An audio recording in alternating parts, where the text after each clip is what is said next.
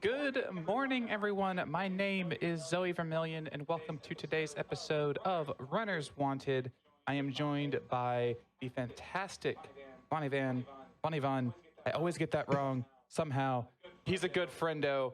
He's here to do a couple speedruns. But before that, I have to continue saying words. I'm going to do my best to do it properly. So, all of GDQ's portions of subs, gift subs, Prime Gaming subs, and bits cheered on the GDQ Twitch channel for the month of January will be donated to the Prevent Cancer Foundation. And then GDQ Hotfix is a series of shows that happens every week. Here on Games Done Quick, information on all of our Hotfix shows is available at gamesdonequick.com/hotfix. And if you are watching on YouTube, hello, and you would like to support our live content, please consider checking out our Twitch channel at twitch.tv/gamesdonequick. If you have an Amazon Prime account, you can subscribe to any Twitch channel of your choice every month for free. Please consider using your Prime Gaming account to subscribe to the GDQ Twitch channel. If you missed any of the runs from HDQ 2021 online or want to watch any of the previous Hotfix shows, those are available on our YouTube channel, youtube.com/gamesdonequick. You can check out an archive of all of our live shows and Games Done Quick events. And this Monday, on the Community Spotlight, we'll be showing off Final Fantasy 15 Level 1 All Royal Arms plus Omega. So tune in at 7 p.m. Eastern Time. That is 4 p.m. Pacific for people like me and Vani. And you'll enjoy a good show. How are you doing, Vani? Doing fantastic. I am super ready for this. This is going to be really exciting. And I've got a lot of explaining to do as we go. So yeah, but before we get started, I'll kind of tell you generally what we're doing here. What I'm going to be doing is I'm going to be showcasing and speedrunning 2 games for you. You're going to see Neutopia here, and then after that you're going to see its sequel, Neutopia 2. And these are both games for the TurboGrafx 16. I have put an extensive amount of time into speedrunning these games. They're very cool, and I will demonstrate how cool they are. But before we get started, bringing it closer. Bring it in here, chat. We need to... I need to give a little disclaimer, and especially for those in the YouTube audience who we acknowledge there could be. We're going to have a lot of fun today, and of course, having that fun means there will be memes. There's going to be lots of memes, all right? I want to be clear about something. I fully understand that this game was released 3 years after The Legend of Zelda was released on the Nintendo Entertainment System. Memes do not care for your timelines, okay? I just want to make that clear. I understand this game came out 3 years later, but let's set that aside, can we? And just come together in holy meme termony and just have some fun today, okay? Good. All right, I've got that out of the way. All right, let's go ahead and, what do you say we get started? Yeah, sure. Okay. Alrighty, here we go. So let's start in 5, 4, 3, 2, 1, now. Alrighty, so here is your lore. In the middle of the night in the peaceful land of Neutopia, the evil wizard Dearth beams himself down into the main palace and absconds with the Princess Aurora, which is really not cool. But what it does is it summons our hero. Everyone say hello to Jazeta. He's going to be our protagonist for this game. And we have here now the Temple Mother telling him that in order to break the seal to Dirt's evil lair on the North Pole so that he can be confronted and we can rescue the Princess Aurora and win her eternal love, he needs to retrieve the 8 medallions of wisdom from wise men of the years past and affix them here in the temple, and that's how that will work. Okay, so the first thing we do here is we talk to this guy. He is going to give us an item called the Book of Revival. What this will do is it will allow us to get passwords. Obviously, we're not going to be writing down any passwords or anything like that, but what we can do is, quote-unquote, obtain these passwords and essentially set checkpoints at various places throughout the land, which will deem to be useful. We're making another stop in here to pick up a couple of useful items. these are boom bombs. We're mostly going to use these to break walls open, though we will use them on a couple of bosses. We also have a vial of medicine here, which can be used to refill your life. So this is a good time to talk about how the overworld works here. It's broken up into 4 distinct areas, which are referred to as spheres, and they're done in order. First, we're doing the land sphere. Whoops. Oh, come on. After this, we will do the subterranean sphere, then the sea sphere, and then finally the sky sphere. Now, in each of the spheres are going to be 2 dungeons, which are referred to as crypts in this game. Each of these crypts contains one of those medallions of wisdom that we were talking about. So we will need to, and you need to finish both of the crypts in a sphere before you can advance to the next one. So what we're picking up here is, without question, the most useful item in this game. This is the Fire Wand. Basically what this will do is allow us to assault enemies from a distance, and that is an extremely useful tool to have because it allows you to destroy enemies with less danger of them touching you. And for those of you that are familiar with my channel, you know that hashtag don't touch me is very much a thing. I don't like to be accosted. All right, so this screen here is going to demonstrate, if I just walk in that specific pattern, I get through there, which looked scary, but I knew I was going to be fine because many of the enemies have an initial movement pattern that is always the same when you enter a screen. So we can use this to our advantage to either set up movement like that or to strategically begin to attack enemies or even bosses such that they're easier to kill. So what this guy here is going to do is he is going to increase my life capacity by 1 segment. This is probably a good time to talk about the category that we're doing here, which is the 100% category. In order to satisfy the conditions for this, we need to collect all of the upgrades to our sword, shield, and armor. There's 3 of each. We need to collect all permanent items, and I'll point them out as we get them. We've already gotten we've gotten ones in the Book of Revival and the Fire Wand. And then we also need to collect all of the bomb capacity upgrades, as well as the life capacity upgrades. But there's a little wrinkle to the one with the life capacity. There's 4 different people that you can talk to, like the guy I just did, that will give you the upgrades. However, you only need to talk to 3 of them, because getting the 4th one won't increase your life past what you would normally get. Every time you finish a crypt, you're going to get extra capacity to your life. So getting the 4th one would really just do nothing. So you can skip one of the 4. So here we are. This is actually crypt number 2. Ooh, okay, I'll explain what I just got there in a second. But let me finish talking about the crypts and their orders. So, like I said, each sphere is going to have 2 crypts in them.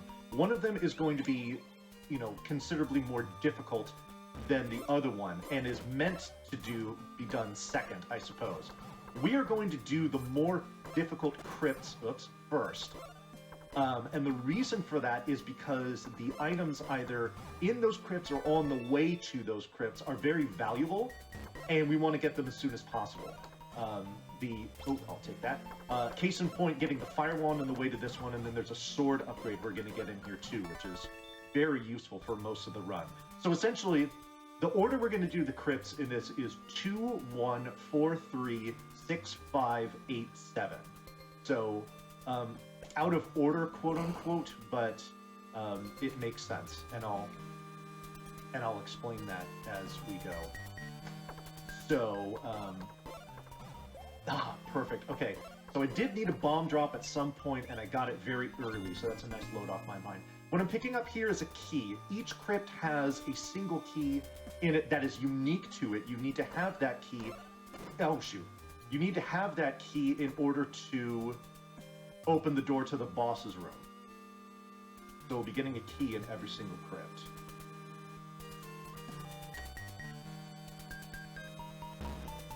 Alrighty.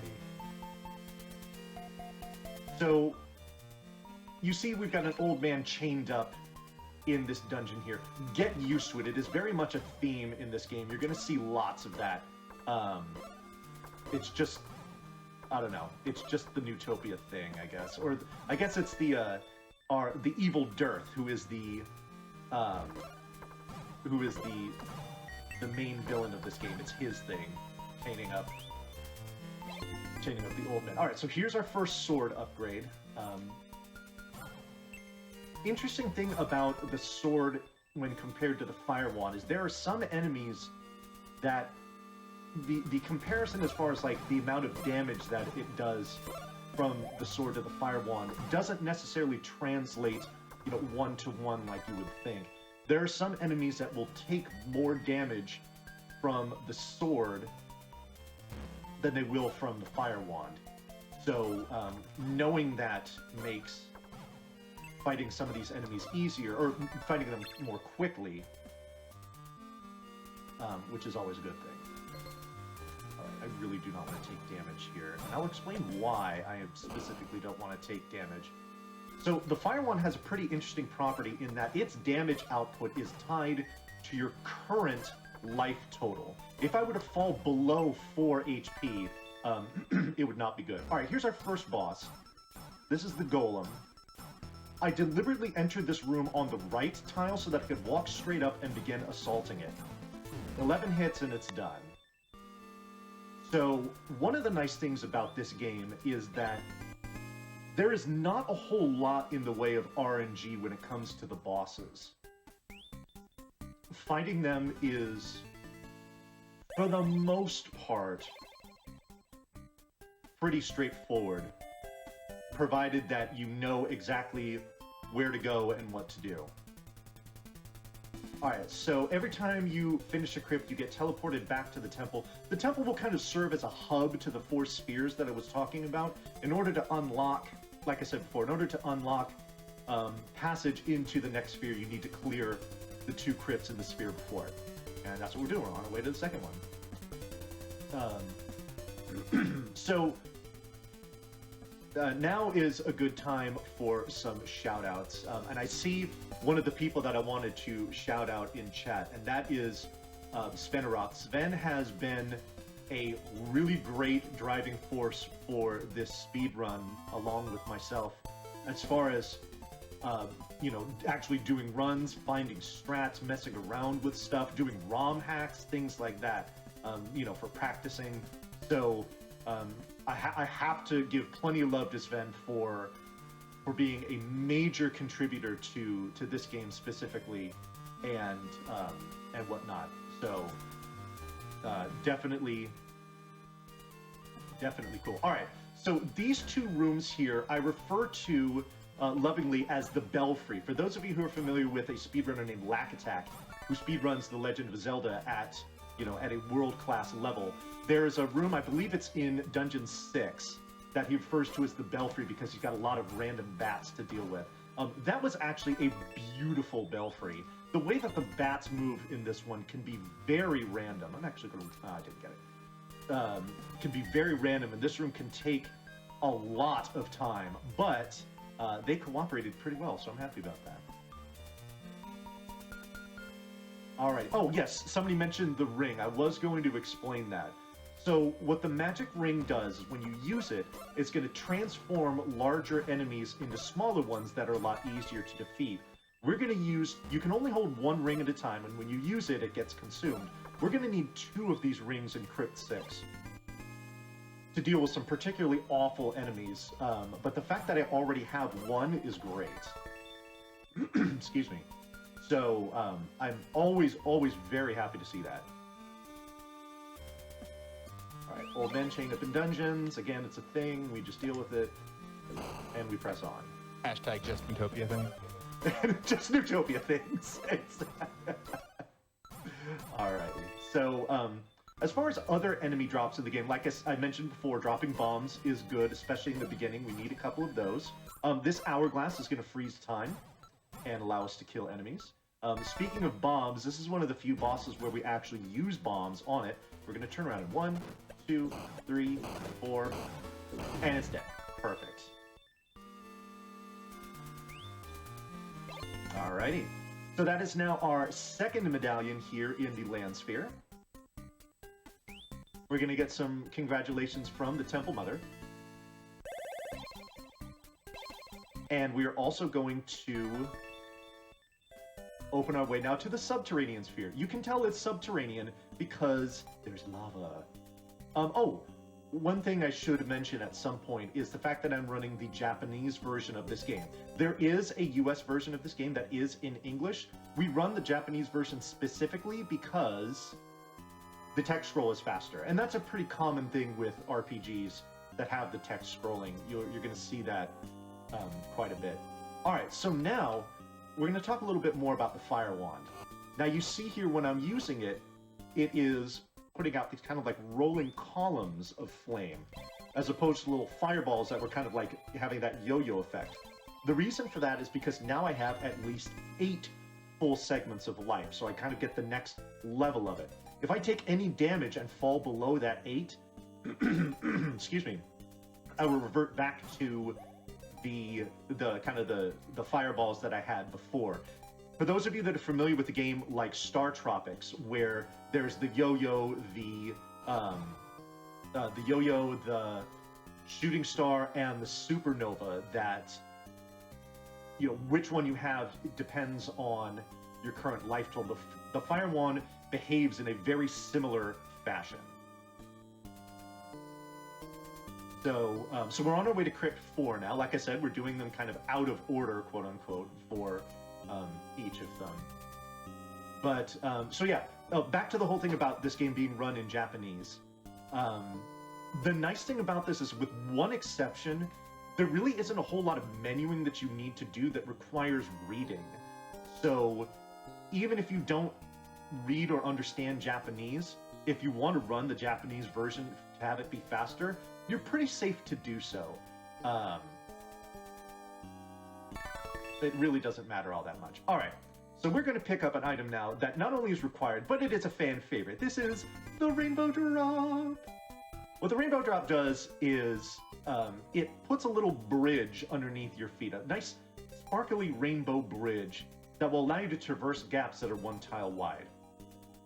You would say that the step ladder in that The Legend of Zelda took inspiration from this game in its creation of the step ladder.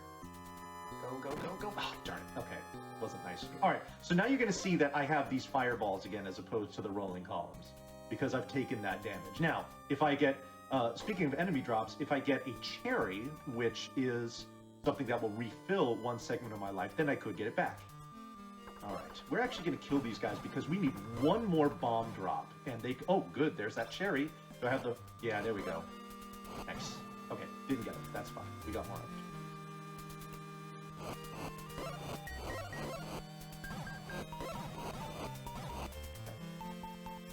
So you're going to notice here that we're now encountering dark rooms. I picked up an item earlier, and I'll go ahead and demonstrate it here. This is the Moonbeam Moss. This item has infinite charges and allows you to light up rooms. In fact, its effects, I believe, last for like 4 or 5 rooms, so that you can see where you're going and what you're doing. I'm gonna use this very seldom because I know what the layouts of all of these dark rooms are. But if you're starting out, the Moonbeam Moss is a very valuable tool to have so that you can get through these rooms. Push this block here. Oh, this is actually a good time to talk about. Yeah. Oh, maybe not. Okay. Damage boosting. So, in some cases, I'm going to do some intentional damage boosts. The nice thing about damage boosting is that you will always get knocked in the direction opposite what you're facing, no matter what hits you or what direction it hits you from. We're actually going to use this in, like, we use it in a boss fight, we use it in a couple of areas just to kind of get through some sticky situations to make maneuvering a little more easy. Alright, so here I'm picking up a second potion. Potions are are essentially required in this game as far as doing things quickly, and I will kind of elaborate on that when those times come. There's the bomb drop I wanted. Thank you so much. Excellent. All right.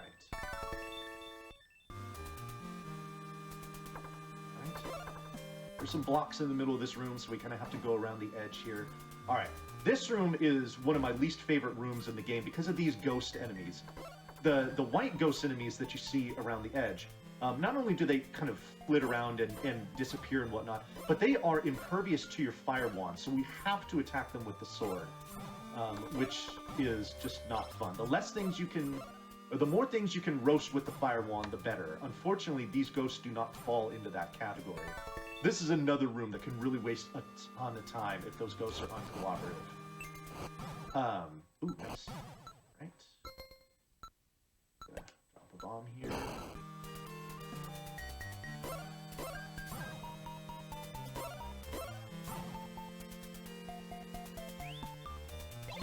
Alright, here's our key for the crypt.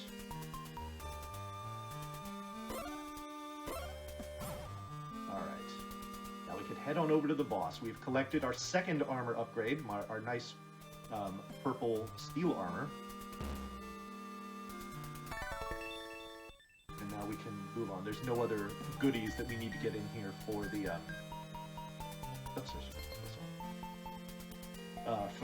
that we need to get for 100%. Nice. So this is an example of enemies I was talking about before that take more damage from your sword relative to what you would throw out from the fire wand.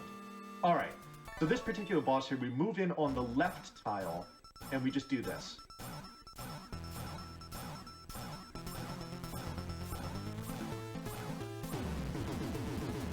Yeah, there we go. Perfect fight. So that is what I like to call Stunlock Earwig. The way that boss works is that it has a bunch of segments and it chases you around the room. The only segment that actually takes damage is its tail, but all of its segments will suffer from hit stun from your sword. So you can essentially just walk into the left, on the left tile of the room, walk straight up to it, pile all of its segments against the wall, and do damage to everything, including the tail, and it really can't retaliate at all, which is great. It doesn't shoot fire or anything like that. It really just chases you around the room and that's it. But if you just pin it against the wall, then it doesn't do any of that, and it makes that boss fight very easy. Casually, if you don't know that, then having it chase you around is not fun. Alright, so this guy here is going to give me an increase to my bomb carrying capacity. My maximum before was 8. Now it is 12. I will get 2 more upgrades eventually to bring my bomb maximum carrying capacity up to 20. Use the fire to burn through some rocks there, give us a little shortcut.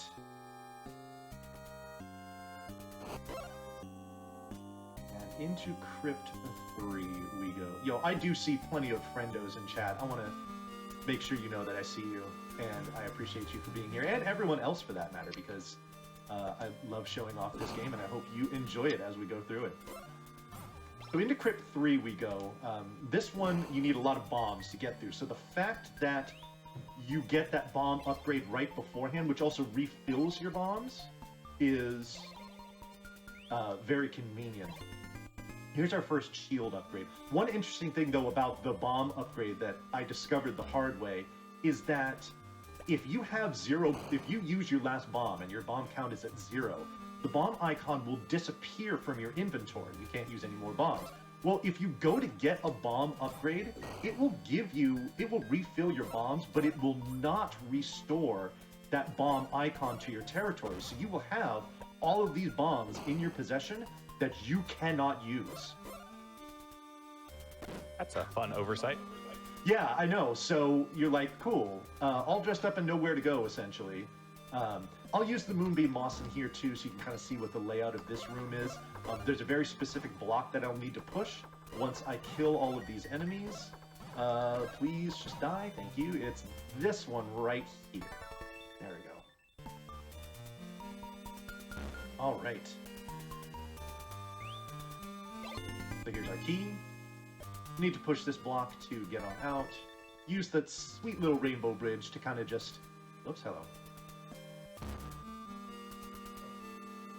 To go over that lava.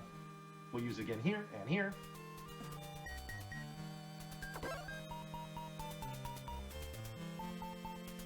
Alrighty, now this is the room before the boss, so we've got to kill everything in here before we can open that door.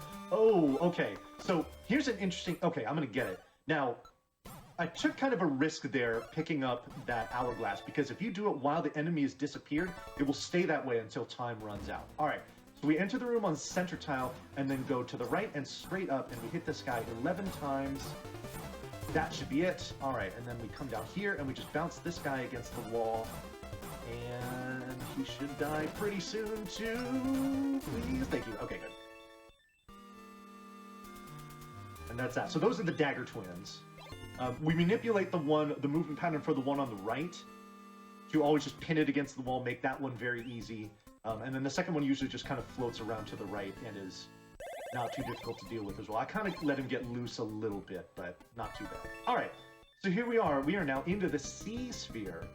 This is where you're going to see a definite spike in difficulty, both in casual play and in the speed run. The next crypt that we're going to go to is, in my opinion, the most difficult speed run, the most difficult crypt of the speed run.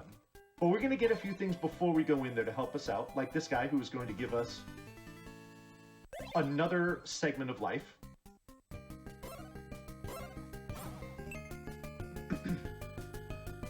That's always nice. Oh my god, please go away. There we go. We're going to come here, and we're going to get another bomb capacity upgrade.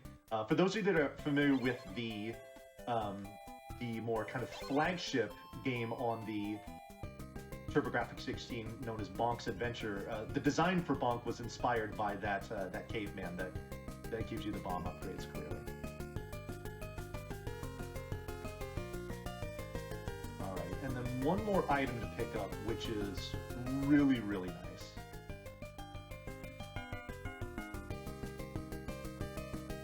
Yo. Alright, we're gonna go right here, here, and here. And that... Oh, no, that's not where I wanted to see you. Come on. No, don't do this. Unless you're gonna die there. Okay, good. Alright. Alrighty. So in we go to... oh, one other thing to mention. If you're not familiar with the TurboGrafx 16, here's the controller. It is very reminiscent of an NES controller. And I'll explain why that's significant in a second, but first, we've picked up the Falcon shoes. These are going to basically double our movement speed. Not only is this great, obviously, for speedrunning, but it's actually a required item. I cannot get into the next crypt without them. So, we'd be getting this anyway. And it's also 100%, so...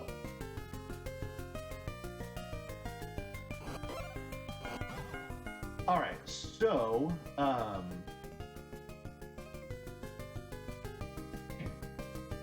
we are going to do something here, which is really nice for speedrunning, especially if you're starting out.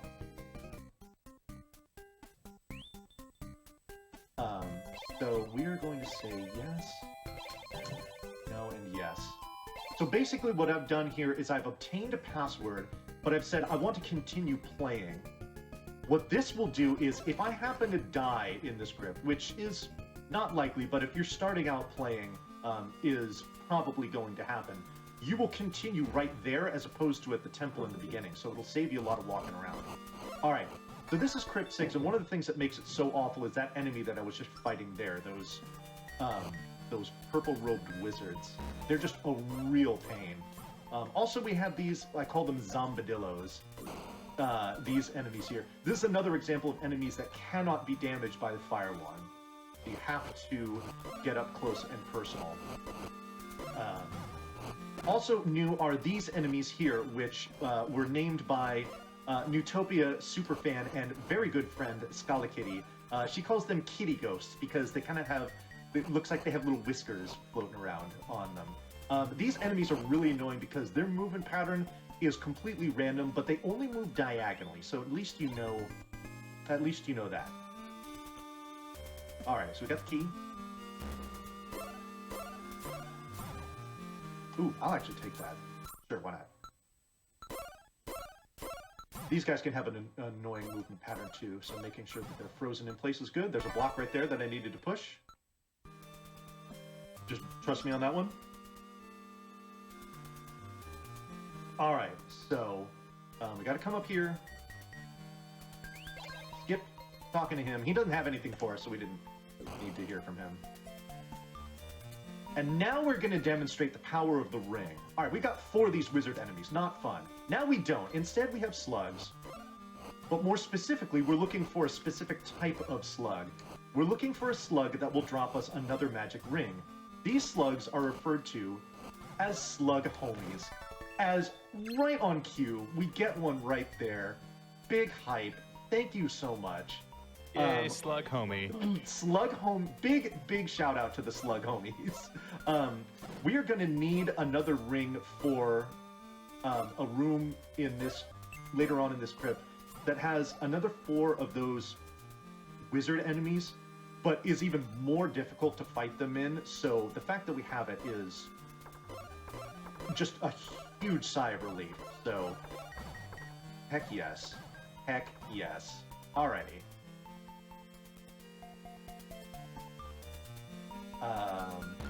Yeah, this room is a fantastic example of why the Fire Wand is so nice. With these enemies that kind of bounce up and down, if you're trying to fight them, especially horizontally, they can like bounce right over your sword and just go flying into your face. But with the Fire Wand, they can't do that because you can put a nice amount of space in between you and them. Ooh, I will actually take that. And mess them up nicely. Good, get some life back here, I like it. Push them out of the way. Little kitty ghosts.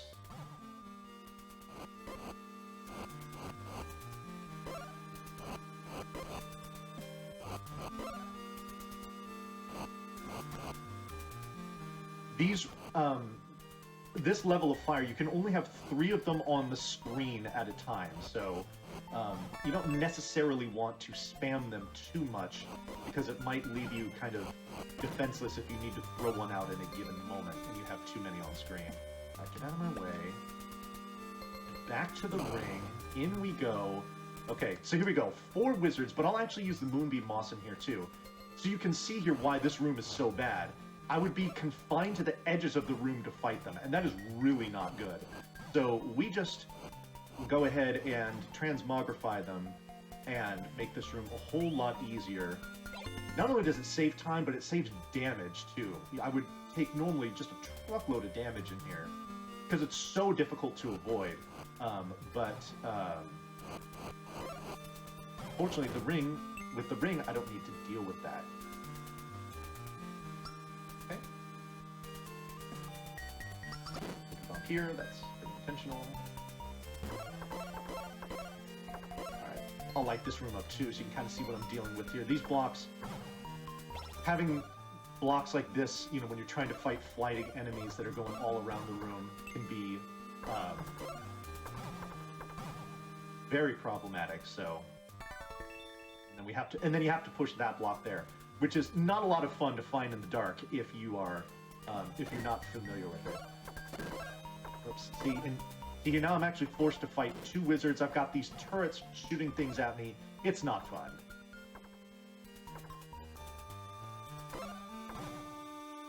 Alrighty, so in we go. Say hello to Poverty Trinex, everyone.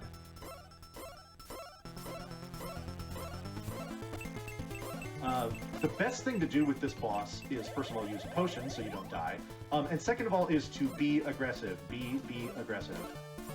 And the reason for that is you can kind of, the objective, and I'll kind of wait for this. Hello, come here. Okay, we'll go this way, I guess. No, we won't, because you're going to be rude. Okay. Alright, let's go this way this time.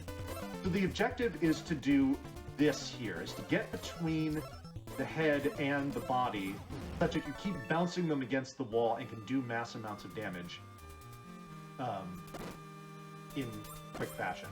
I'm gonna kill you because you could drop a ring, but you didn't. And then yeah, so you killed the boss, and then you've got a dark room with a bunch of bridges and turrets and stuff, and it is possible to die after beating the boss, which is not fun. However, what is fun, excuse me, I should take a drink of water. What's fun now is the fact that we have 12 full segments of life, and with that, this unlocks what I like to refer to as the good fire. This is going to be the final stage of fire. You see, it's a very rapidly moving, rolling fire that does a bunch of damage, rolls through enemies as opposed to getting absorbed by them, and is going to make a whole lot of things a lot easier for the rest of this run. However, if I take any sort of bump, even if it's like a fractional one that wouldn't even show up on my life meter, I will lose it. So I'm going to take as much caution as I can to destroy these enemies before they even so much as touch me once. And of course, this thing is just bouncing around in the corner and being generally very awful. Because the longer I can have this fire, the easier the rest of this section is going to be. Throw this over here. The Good Fire is the name of my Arcade Fire cover band. Very nice. I'm sorry, I unfortunately took a bit of damage there, so the good fire is now gone. But it's fine, we didn't last that long anyway.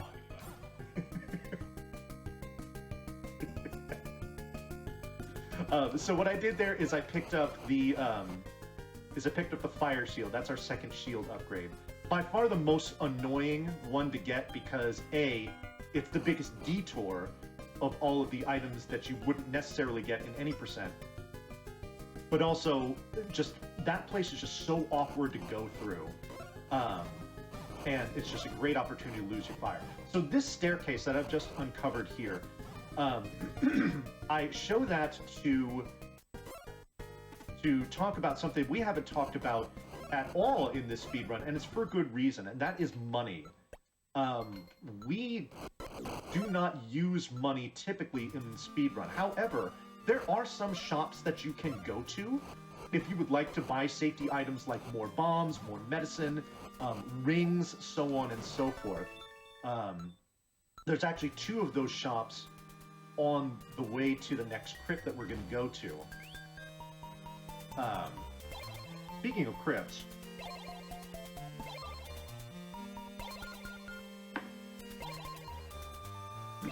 it may appear as if I'm in one now, but I'm not really. What I'm in here is what I like to refer to this as a micro crypt. You need to do that little thing there where you go in there, talk to the guy, push the block, and then leave. Because if you don't do that, the entrance to Crypt 5 will not appear.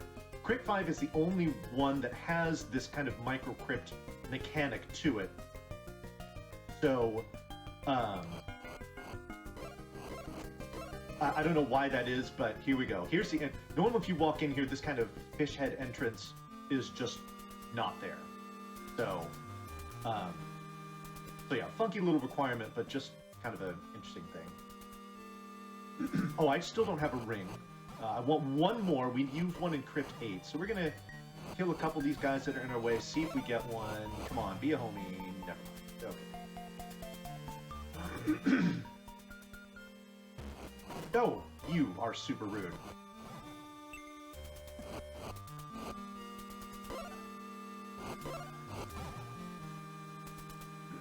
Alright.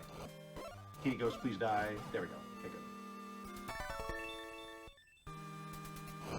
Alright, we'll light this room up.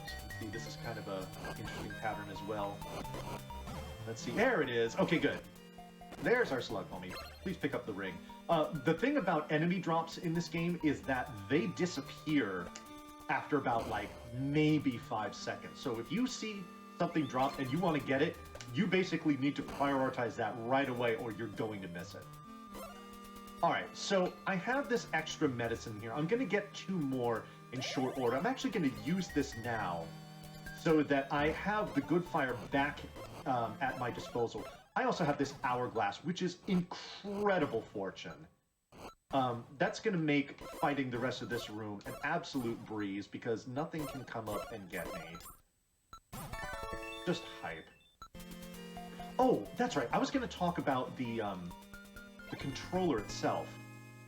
So, the controller for its 2 and 1 buttons, which are relative to the B and A buttons respectively on an NES controller, they have on their stock controller, which is called the Turbo Pad, they have turbo switches. So the developers intended for you to have turbo at your disposal. I think a big part of this is that there's a significant portion of the TurboGrafx 16 or PC Engine in Japan, the library that is shoot 'em ups. So having that turbo feature built in just saves a lot of trouble and fatigue. But as far as I can't think of any, like when it comes to speedrun.com mods, I can't think of any TurboGrafx 16 games that disallow the use of turbo. Now, turbo in this game is really only useful for just mashing through text boxes in frame perfect. Other than that, it doesn't do too much. All right, so here's our crab boss. This is the only real RNG with bosses in this game. He's either going to move left or right when we get to the top, and what he does is going to affect how we treat it. Okay, so he's going to move to the right. We have the good fire. We can do what we like to refer to as the crab bait. We just roast him in the good fire and he dies in 1 cycle. It's a beautiful sight. If he moves left, then there's a little timing thing where you take an intentional damage boost and you basically put 3 bombs in his face. One might say that the way for killing Dodongos in Zelda was inspired by Neutopia based on the boss battle here. Alright, so both crypts are now done in the C sphere. On to the final sphere of the game. This is the Sky Sphere. We are going to start this out by taking a little detour here to pick up something that is required for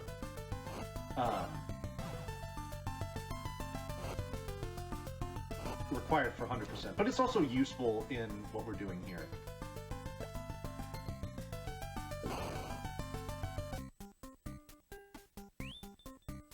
All right. So that's our final bomb upgrade. We now have 20 bombs. That's going to be plenty for the rest of the run. Now we're going to use the wings that we picked up. What wings will do is they will teleport you back to your last checkpoint. Every time you talk to the Temple Mother after finishing a crypt, that will serve as a checkpoint. Oops, no, not the ring. It's still not the ring. Thank you. Okay. So, yeah. Oh, I did kind of gloss over it, but in the crypt before, we picked up the Silver Sword, which is our second upgrade. We'll get our final upgrade in the sphere itself. It actually won't be in the crypt, and I'll show what that's about when we get to it. So one nice thing about the good fire here is you can do a technique I like to refer to as fire walking. What happens with enemies is when they are in their iframes, when you damage them, they do not damage you. So if you're fighting an enemy that takes damage from fire, as long as you stand inside the fire, they will take damage from it as opposed to dealing damage to you, and it allows you to kind of make safe passage here. I'll kind of demonstrate it here. He can't get me. I'm in the fire. I can just walk right through him. Enemies that shoot is a different story. Fortunately, with the fire shield, I can block those red fireballs now. Yes, I saw mention of it in chat by Scala. This is a bit of a point of contention between us, but we're this far into a speedrun of this game, and I have yet to mention just how fantastic the soundtrack is to this game.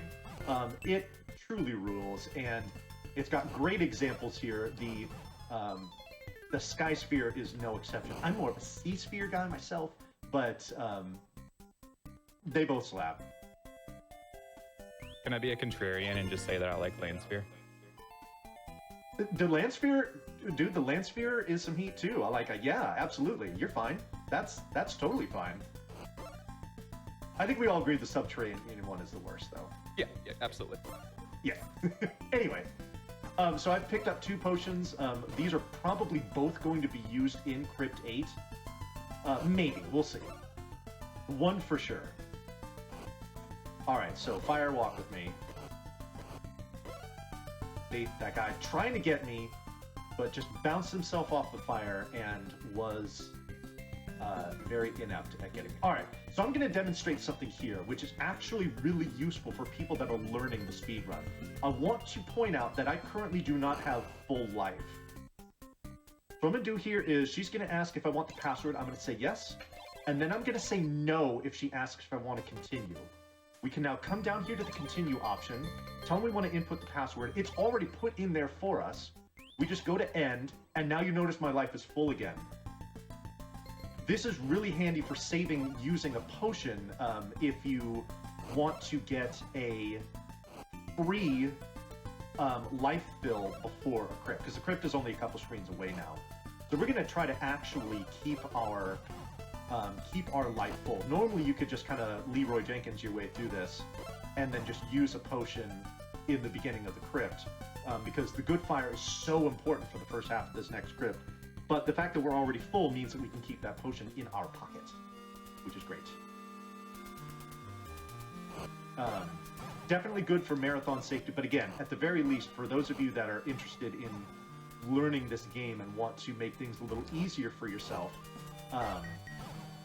then using strats like that is definitely very good. I'll light this room up because this has got a real funky layout. This is one that's not going to be super easy to deal with when you're learning. This is going to be a great demonstration of just how potent the good fire is. These mummies have a ton of HP, and I basically just melted them all. Like, in what, 3 seconds? Ridiculous. Ridiculous. So again, these enemies actually have a decent amount of HP too. I'm going to go ahead and pick up that cherry just for the heck of it. But we just rip through them with the good fire, and it makes us happy. Alright, so what I'm about to pick up here is really going to break the rest of this game. This is the Bell of the Sky. Now, in rooms where you would normally need to kill all the enemies or push a block... Actually, no, I'm going to light this up so you can see. Kill all enemies, push a block, or both. You just ring the bell instead, and it forces the doors open. For the rest of this crypt, and then the next crypt that we're going to go into, this is going to make them, like, borderline trivial, especially the next crypt. Use it here, too. Let's turn the good fire on. No, don't you dare. Okay, well, he hit me once, that's fine. Excuse me.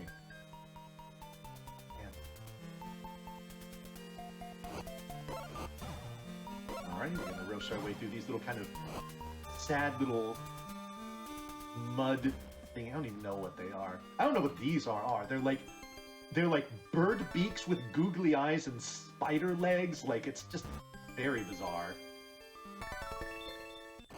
Also, if you've noticed, a lot of the enemies in this game are insects, or you know, insect-based somehow.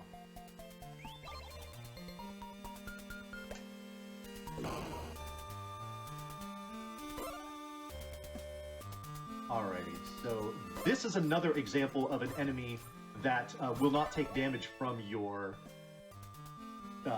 fire wand. So you have to fight them with a sword, which really stinks because they have a lot of HP and they move around very erratically. So dealing with them is not fun.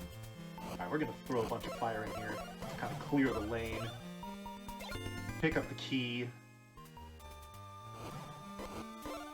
And get out safely. Oh, goodness, get out of my way.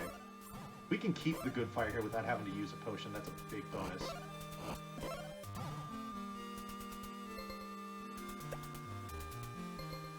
Alright, I'm going to throw some fire here. We're going to use the bell. I'll light this up. You see, there's a staircase that I used to make the bell appear, and we can... that we use the bell to make appear, and we just burned our way into it. Bunch of scary enemies that are now little blobbies because we've used our final ring. Makes getting through this room a lot easier. Alright, please don't take a hit. Please don't take a hit, and please die. Alright, good. So, here we go. This is the... Oh, no, whoops, I didn't kill him. This is the hardest boss in the game we're about to fight. But we're going to do a quick kill. We're going to come here, we're going to walk up, and we're going to start throwing flame right here. Throw one more, move over a tile, keep throwing flame at a set pattern, and death. Perfect. All right. Without that quick kill, this boss is extremely difficult to deal with. So the fact that you get that is great. Once again, stressing the importance of the good fire.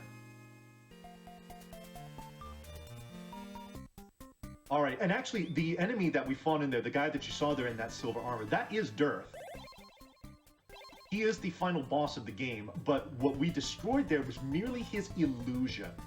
And that's what the lady at the end of the crypt was telling us, that, you know, great job, but that was only his, that was only an illusion of him. You will still need to confront him on the North Pole in order to defeat him once and for all. So we will do that, but first we have to clear a crypt and get a couple things on the way to it. Yeah, again, see these kind of look like I don't know, like what kind of insect those things are. Not these. These things are awful. These purple bouncy things.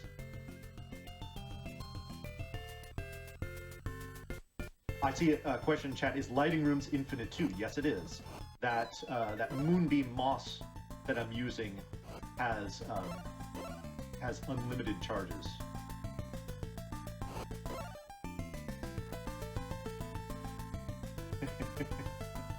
Alrighty, so we come down here to the south to pick up a couple things.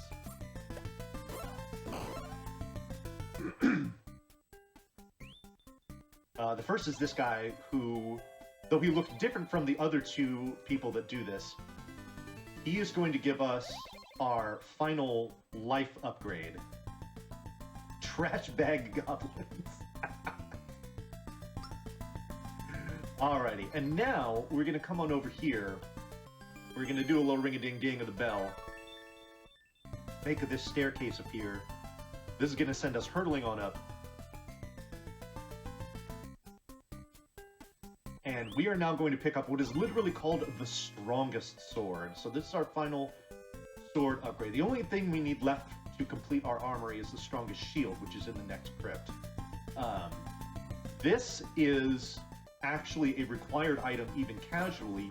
You cannot damage the final boss without it. So we need to get this. Yeah, you could say that the inspiration for "Thank you, Mario, but the princess is in another castle. You didn't defeat the real Bowser." You could say that Mario, Super Mario Brothers, drew inspiration from Neutopia in that game design. That is a very accurate thing that you could say.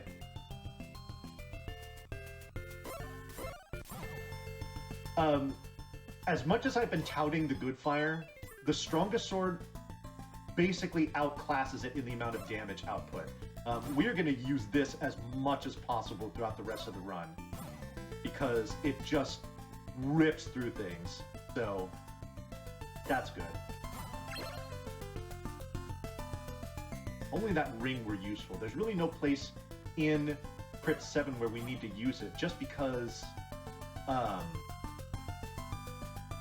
we're going to use the bell to just trivialize the crap out of this place. Alright, here we go. Crypt 7. This room is kind of annoying. We need to kind of bait this little chain thing to move down and hope that guy doesn't hit us, but whatever. We're fine. We want to keep the good fire for one particular room, which is actually coming up soon, fortunately. Because it makes it a whole lot easier. I'm going to roast these guys so they'll get out of our way. Not do damage to us. 1 and 2 hits there, that's good. In we go. Okay, I'm actually going to switch to this. Turn this light on. So fire here, fire there. Okay, we have to push this block, and then that one to the side. Doing that in the dark is not fun. So if you have the Moonbeam Moss, definitely advise getting it out here and using that. Yes, cherries, which are very prevalent in Pac-Man, drew inspiration for having them in the game from Neutopia as well. That is absolutely an indisputable fact. Alrighty. Oops. Ring the bell. Now we are going to demonstrate... What am I doing? Oh, keeping the bell on, that's right. We're going to demonstrate what I like to refer to as the Scala Bridge. This is a big shout out to, again, friend and super fan. This is the only room where you need to use the Rainbow Bridge and the bell at the same time. So you open that door. Blow this open here. We'll come through this later. But first, we need to come down here.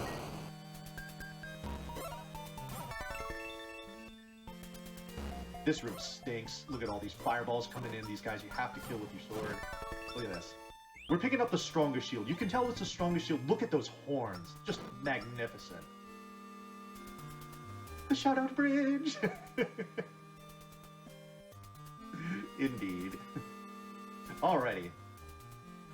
Oh, speaking of shout-outs, well, shout-out to the bell, which is going to be on major display here. In fact, I'll get it out. Alright, so we got a gauntlet of runes here before the boss. Use the bell here. Use the bell here. And you know what? Let's use the bell here too. And just walk right through all this stuff. Forget it. Unfortunately, we can't use the bell here, and I'll light it up to tell you why. You see that door is brown. That denotes that it's a door before a boss. You cannot use the bell to throw that open, unfortunately. Because this room can actually waste your time. Alright, this is a boss. I swear, this is the boss of the dungeon. Oh, 1, 2, 3, we're done. That's how great the strongest sword is. Just shreds that dude with the greatest of ease. Alrighty. So with that, we have collected all 8 medallions that we've needed to. You see that blue door behind the Temple Mother, which has been shut this whole time, is about to get thrown open, and it will teleport us up to the North Pole, where we will have our final confrontation with Dearth. I am actually going to go quiet during this battle, A, so I could concentrate, and B, so you can listen to this absolute scorcher of a soundtrack.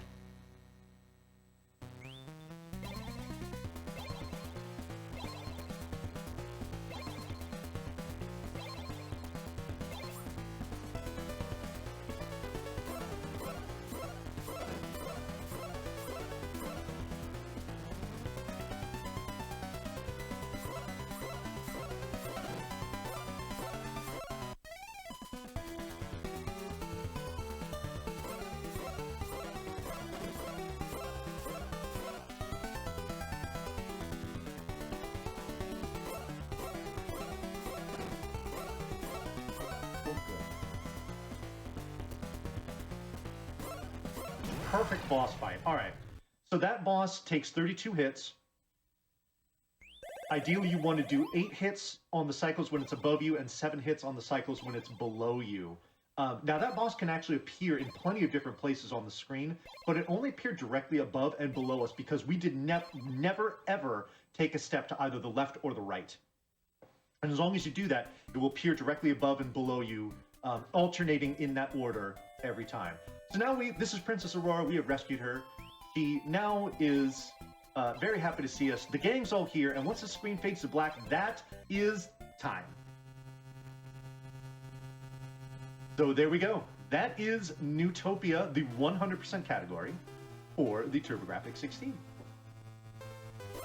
GG's. Thank you very much. I cannot believe that you beat the progenitor of all modern games at under talent.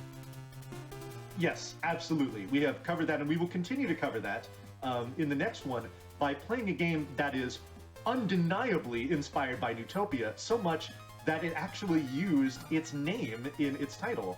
We will be playing Neutopia 2, the 100% category. That will be coming up next. One thing I want to mention about this game, a couple more shout-outs before we go here, is this game, as you might be wondering, I don't know if the question came up in chat, but this game does indeed have a randomizer.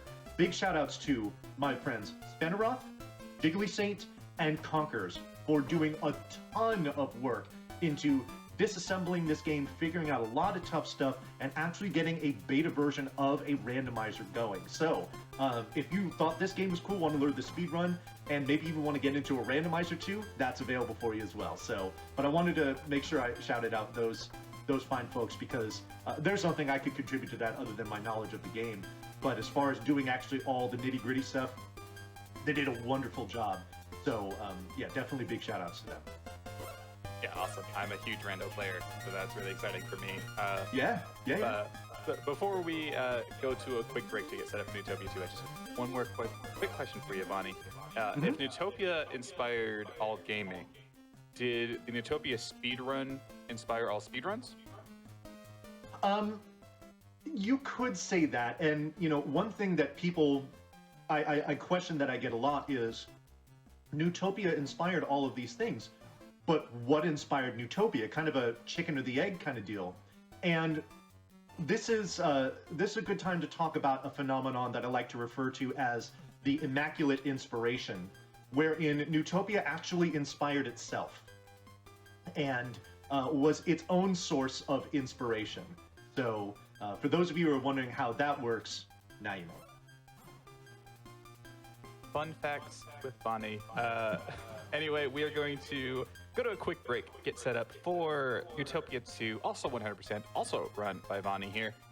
So we will be back momentarily. Hang tight, chat.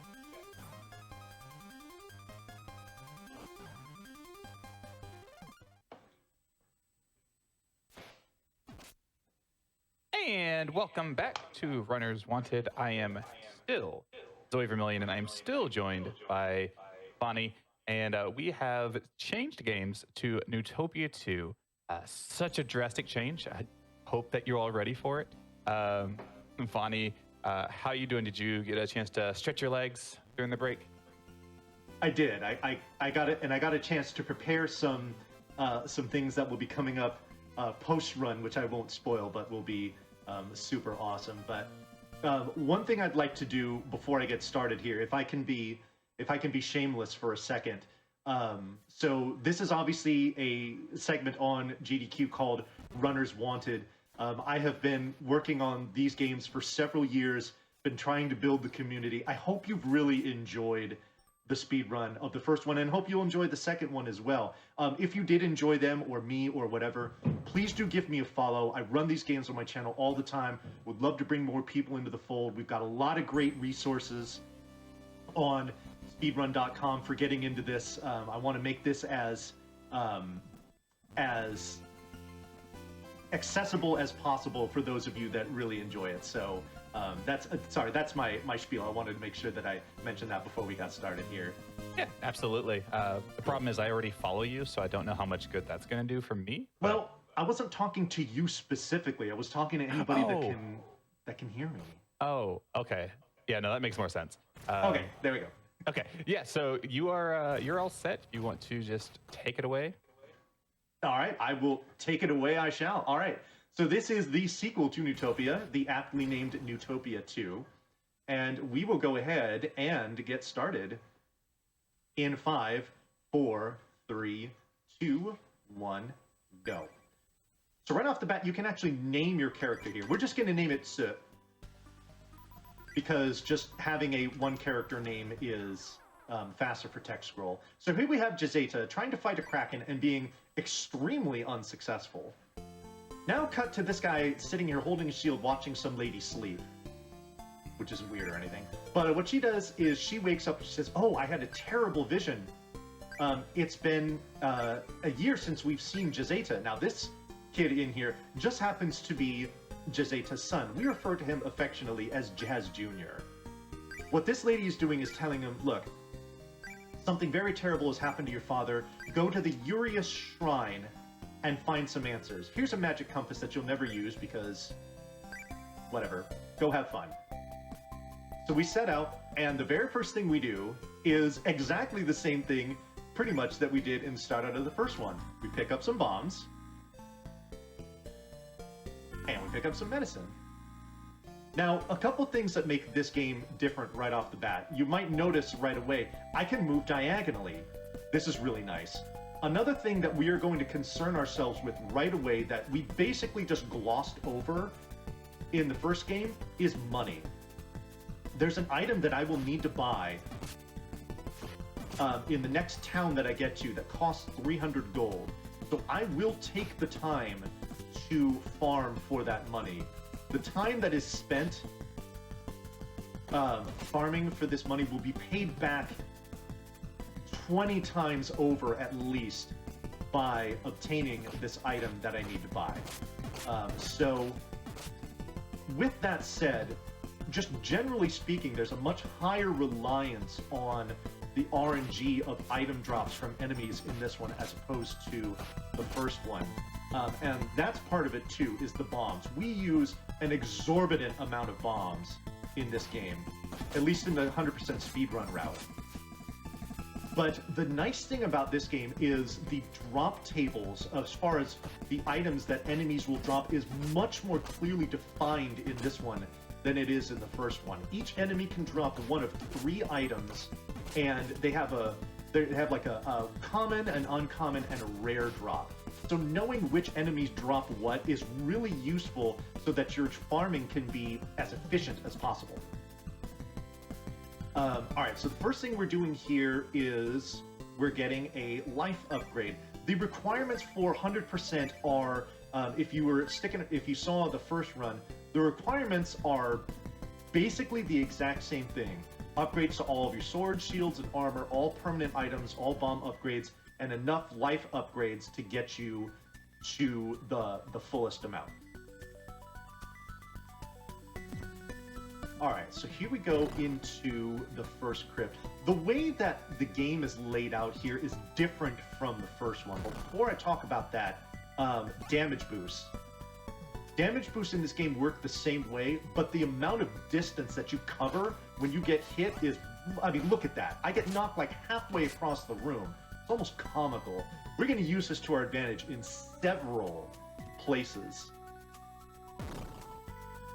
to make things a lot easier. But as you can see, I mean, I've already used, what, like 4 bombs? And we're not even halfway through the first crypt here. It's bombs galore in here. We're getting a nice amount of money. And some more bombs. That's beautiful. Excellent stuff. All right. So here's our first armor upgrade.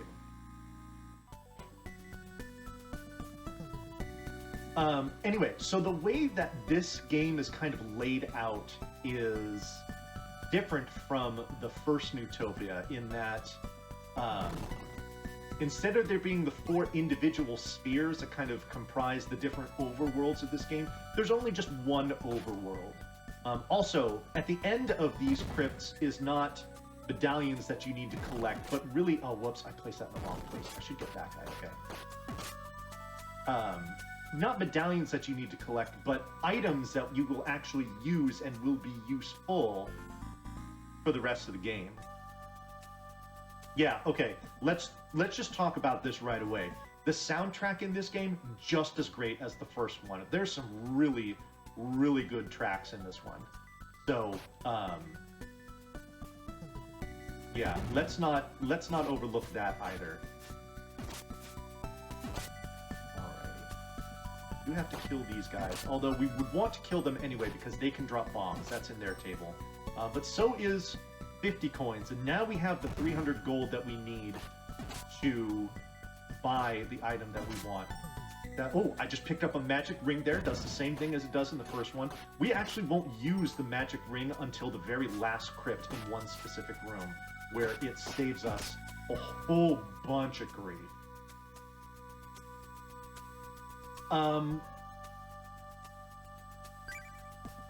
The fact that I already have 300 gold doing this in a, marathon slash showcase kind of setting is it's a huge sigh of relief, I'm not gonna lie.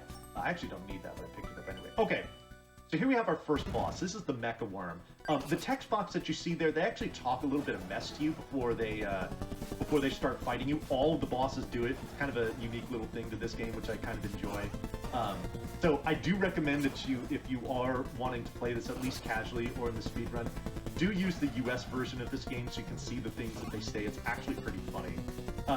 Now, one thing that is going to be much different from the boss fights in this game, or in this speed run, I should say more specifically, as opposed to the first one, is that the vast majority of the bosses in the first one had very little RNG, or at least you could manipulate what they do. It's the exact opposite in this. There's tons of RNG to contend with for the bosses in this one. So there can be a lot more variance as far as that goes with the enemies that you, or the bosses that you fight. So learning how to kind of deal with that in the moment is a valuable skill. I actually don't need to fight these guys. So all these slimes do is drop money, which I don't need, so we can just ignore them. But we do want to kill these pig farmer soldier things, because they can drop bombs. And again, we are going to need bombs all throughout this run. So taking the time to farm for them is virtually required.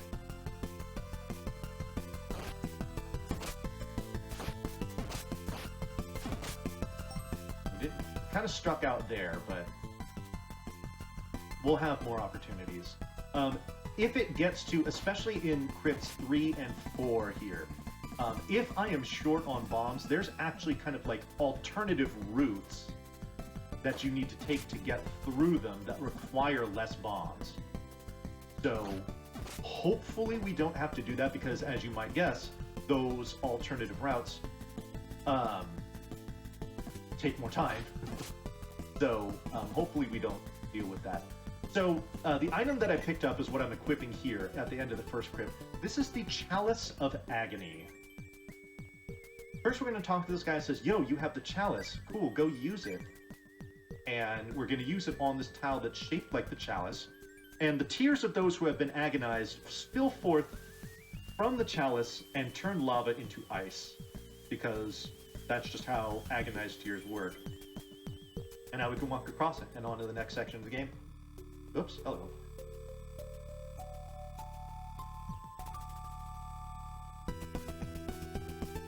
Yo, I love seeing all the appreciation in chat for the music in this game, because it is well deserved. Now, this segment on Games Done Quick is called Runners Wanted because I want you all to run this game.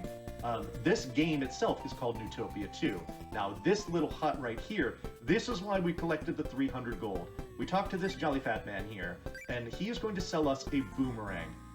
Do not underestimate this boomerang at all. It is a powerful and vicious assault weapon that we will use on virtually every boss for the remainder of this game. We're also talking to these purple robe dudes. These are our checkpoints. They ask if you want a password. You can always say no. You don't need to see it at all, because it will just automatically set it as a checkpoint by talking to them. They will also refill your life automatically. So basically, they do the same thing as the checkpoints in the first one, only much more efficiently and quickly, which is great. All right. So, gotta kill these guys because... There we go. Push this rock right here. Now, Neutopia 2 is going to be filled with what I like to call returning favorites, which is items that appeared in the first one that appear in, you know, the same or similar form in the second one. This is our fire staff. Unfortunately, its usefulness is not nearly as much as it is in the first one. A, just because they've scaled down its damage, relatively speaking, and B, we have the boomerang, and we would much rather use that. So you see, that's an example of me using these just cartoonish damage boosts to move through that section there more easily. The fire staff, besides the fact that we're running the 100% category, actually is required. You do need it to enter a couple of places that are required, so...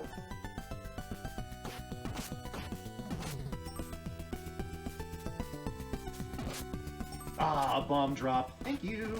Another one? No. Okay. All right. I know, the fire one doesn't get the love it deserves. Yes, so we use the banana. It's even banana yellow. We'll use the fire one. We actually use the fire one quite a bit in this next script. It's pretty useful. But here we go. These guys in the blue togas are going to be our bomb upgrade guys. I think my favorite part about the banana is that clearly Speed Booster and Super Metroid was inspired just on the icon alone. Yes, exactly. Now, this game has what I like to refer to as residual inspiration, being that it is a Neutopia title, so there are going to be some things from this that will kind of loosely inspire other things, but not to the degree that the first one does. So, in we go into the second crypt. I actually took those 2 damage boosts intentionally because just like in the first game, the output of the Fire Wand is relative to your current life total. I actually wanted the lower version of the fire because it's a lot easier to control in this game. And we don't need to do a whole bunch of damage with it, so the reduction in the damage output is not a big deal. Ooh, okay, cool. And that was a set of wings that I just picked up, and I picked up another one. I can only carry one at a time, but the fact that I got at least one is huge. We are going to use wings much more extensively in this one than we did in the first one. Again, old man chained up in dungeons, it's just a thing. We deal with it. Alright. So, let's see here. What else can we talk about in this speedrun here? Oh, one other thing that's different from this game as opposed to the first one is that when you are stabbing with your sword or, you know, throwing your weapon, what I'll actually demonstrate it right here, you actually keep moving. You don't, in the first one, you stop as long as your sword is out or as long as you have, you know, your throwing animation for the fire wand or the bomb or whatever. Whereas in this one, you keep walking, which to me adds a really sweet element to the combat because the way that you do your movement as you're fighting things is much more intricate. So I definitely appreciate that about this version. And we do a lot of the, so, you know, the, I mean, if we're going based on, like, my average times for, or, like, let's say my estimates for these speedruns, the Neutopia any percent speedrun is done in a little under an hour. The Neutopia 2 100% speedrun is done in a little under an hour and 20 minutes. So definitely more content. So there's a lot more combat to do in this one too. And like I said, with the RNG on the bosses, it's pretty noticeable. Oh shoot! You can actually get all 4 of them in one shot if they kind of bunch up and cooperate. We refer to it very aptly as a quad, but they didn't cooperate, unfortunately. All right, so now we have our first level of sword, shield, and armor all complete. In this one, there's 3 shields, 3 sets of armor, and there's actually 4 swords that you get. So, a little extra to the arsenal there. Alright, so now we're heading on over to the boss, but first, we have to talk to this guy again. Unfortunately, unlike the first Neutopia, old men that were chained up in dungeons, you could skip their text just by pressing the 2 button as soon as the text box opens, only if they're not giving you anything. You cannot skip their text boxes in this version, unfortunately. Ooh, I'm actually going to grab that. Why not? Always good to be safe and have as many bots as possible. Alright, oh my god, we're full. This is beautiful. Alright, so here we go. These are the maggot moths. They move around very randomly, and they only can be damaged when their butts light up, like this. Ideally, you want to be to their side, because then they can't hit you with their shots. Oh, am I gonna get him there? Oh, I'm gonna damage him there. Oh, get it? Yes! Perfect, okay. Their movement pattern and when they land is completely random. So, I actually got a decent pattern there. Now, one thing I should mention about the boomerang that is really, really important is that, now, I'm going to assume that everyone in chat knows how a boomerang works. You throw it out, and then it comes back. How boomerangs work, right? Well, with this game, if you throw the boomerang and you are not in its path when it's coming back to you and it flies by you, you lose it.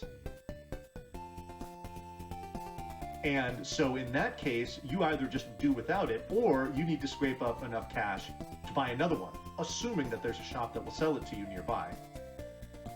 I have to be very careful with what I'm doing when that boomerang is in the air, because I could put myself, or an enemy could put me in a position by way of an unexpected damage boost that would cause the boomerang to go soaring by me. So the item we picked up at the end of the second crypt was the Manipula Herb. I'm going to give it to the sick Princess Kea here. She is going to look much better as soon as I give it to her. And she's going to show her appreciation for us healing her by giving us a lore dump here. She's going to say, okay, look, what you heard about your father, it's true. We haven't seen him for a year, but the last time he was seen was here in the Urias Shrine. Let's come on over here. Let's talk to the goddess statue and see if maybe she has some solutions. Because the last time he was here, he was praying to the goddess statue looking for answers. Why don't you do this, Jazz Jr.? Why don't you take that chalice of agony that you've got, place it into the goddess statue's hands, and see what it reveals. And what it reveals is a beam of light that ultimately results in a staircase. And now we can progress. Bit anticlimactic, but there we go. We move on. Very illusion kind of nice. I suppose that is true. The Illusion of Gaia clearly took inspiration from Neutopia 2 for its design there. That's the takeaway from that. So we have all these treant enemies that wake up as soon as you get near them, but fortunately their wake up animation takes so long that as long as you keep walking, they will never damage you. Like, look at this. Oh, they're so angry. Oh, I'm gonna get you. And I just walk away.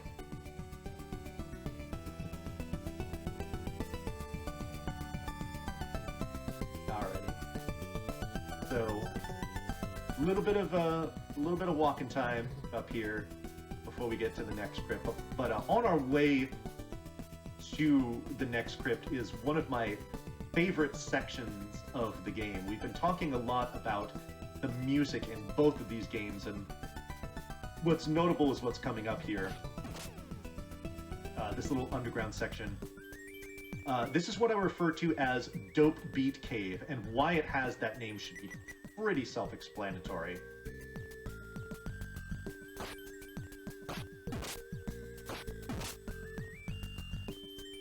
Also full on bombs. These rock enemies can drop bombs. Fortunately, I don't need to farm them, so that's good. Because these next two crypts are going to require a lot of bomb usage, so the fact that I'm full here is just an excellent, excellent feeling.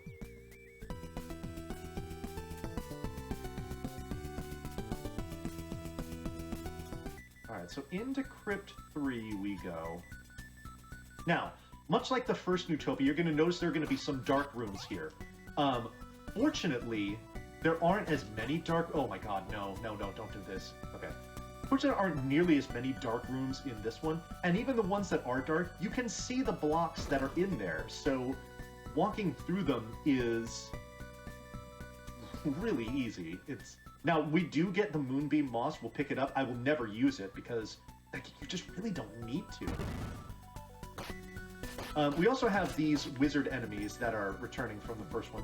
Fortunately, these are worlds easier to deal with than the first one.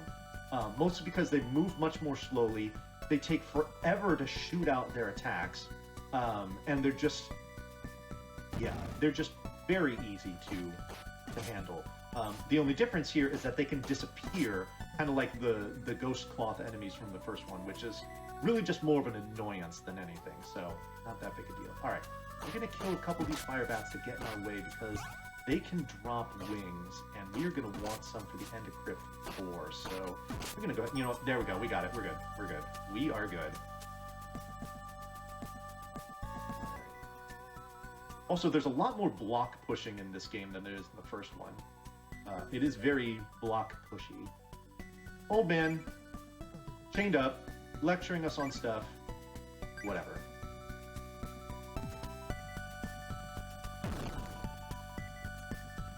So one thing that is new to this game, as opposed to the first one, are these kind of trigger tiles that you see on the floor, the one that's diamond-shaped that I went up in the corner to touch. What that did is this little brown block that I'm about to walk over right now, it pushed it into the ground such that I can walk over it and progress.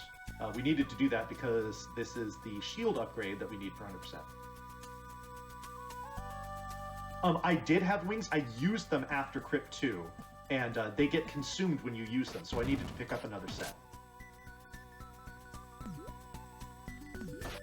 Man, I wish wings were infinite use. Oh, that'd be so great.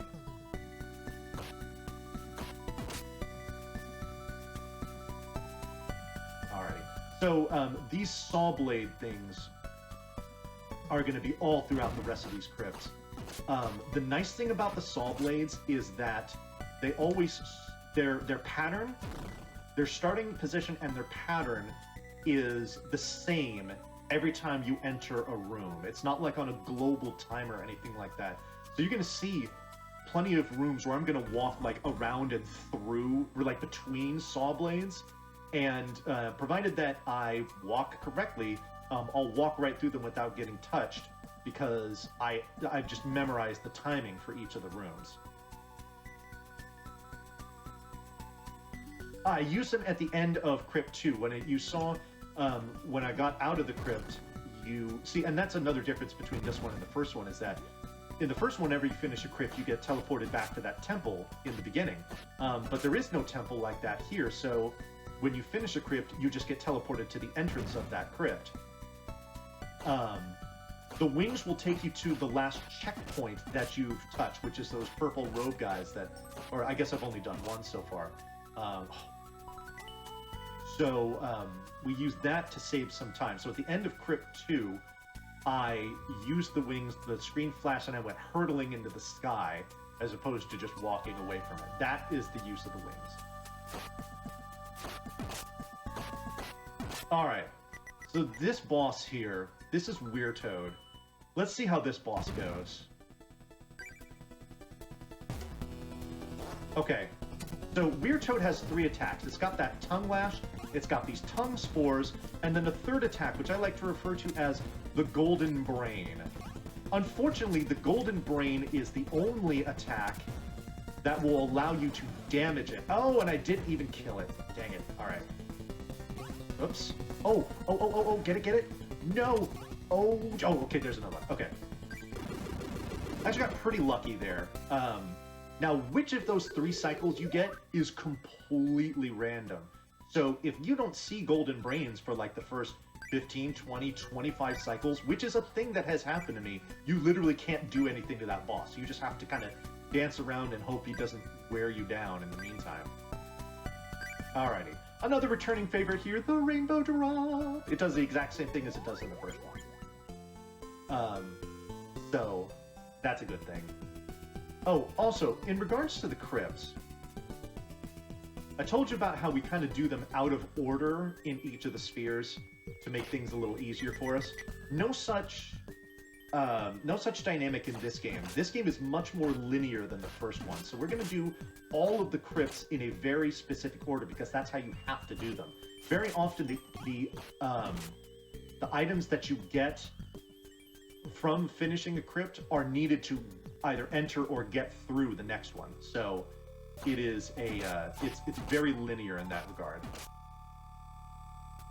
So what the drop does, if you didn't see what it did in the first one, and I'll actually demonstrate it when it coming up pretty soon here, is it will create a nice little sparkling rainbow bridge under your feet when you try to cross into like water or some kind of gap in the floor and allow you to traverse it.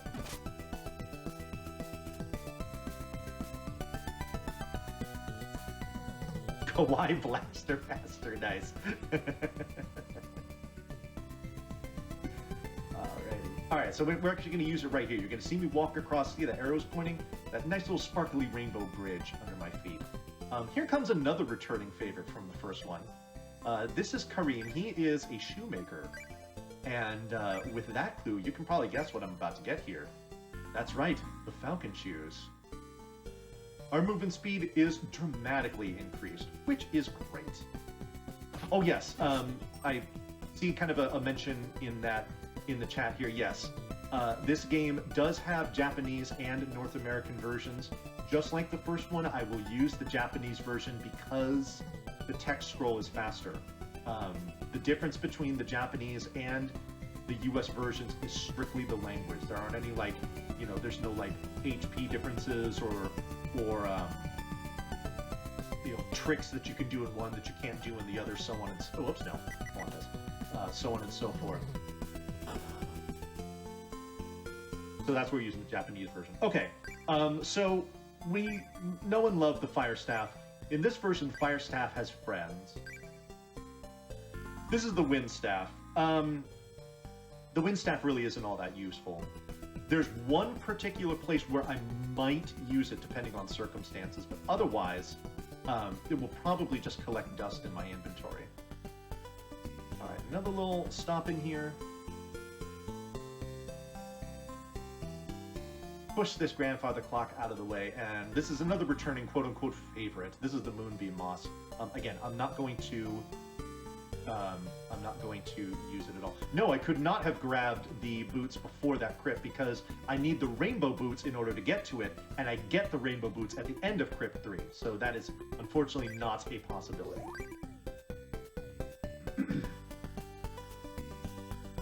Alright, so now we've talked to another purple rogue guy.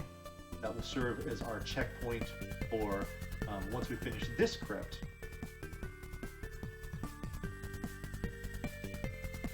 Here we go into Icy Land.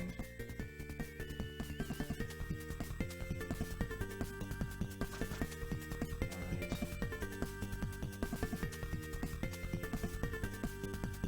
Yes, trees love their dancing, that is for sure. Alright, we're gonna push these guys out of the way. Burn this tree. Another bomb upgrade. Now we can carry 16. Again, like I mentioned before, the bomb upgrades will increase your capacity, but they will not refill your actual bomb count. So, oh, did you jump in the corner because I knew that was going to happen? No, get out of my way. Oh, really? Wow. Okay, that's not cool. All right, but we're going to walk into these stairs here, and this is Kareem's brother. He is also a shoemaker. He's like, hey, nice Falcon shoes. Why don't you check these out? Not only will these make you fast, but these snow boots will completely nullify all ice physics, which is brilliant. You love to see it. So now we just walk across all this ice like it's nothing, and that's just fantastic. Now, I do have to shout out my friend Jiggly Saint here, because they discovered that because the snow boots have the same properties as the Falcon shoes and then some, in the any percent category, you can actually skip picking up the Falcon shoes and just pick up the snow boots instead. This discovery saved over 2 minutes in the any percent route, and thus we refer to it as the Jiggly skip. Little trivia for you there. I've taken a lot of damage. I am going to keep an eye on this because that's not cool.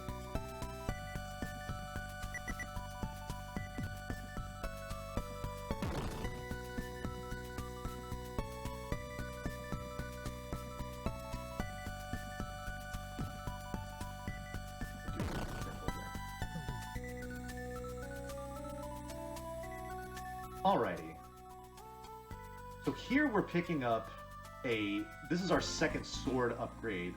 The upgrade in the damage output for this is pretty significant.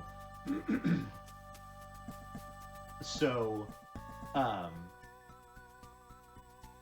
it helps us greatly. So we like to see it, definitely. Alright, so again, we can just kind of do that little dance right there and get through the soft roads, no problem. I'm actually going to kill a couple of these guys because they can drop hearts. I would like to have a little more life. It takes so long for the bombs to explode that I've got some time to kill, but oh well, no such luck. That's okay. Alrighty. That's another thing that these little trigger tiles on the floor can do, is they can reveal spikes that get in your way, and that's not fun. But fortunately, you can just step right back on the trigger tiles, and it will flip them back over again. So, I'll take that. I already have wings. Normally you rely on these ghosts to drop wings for you that you need at the end of this crypt, but because I already got them from the fire bats in Crypt 3, we don't need to worry about that. Alright, so what I'm picking up here is a weapon called the flail. The flail is very weak.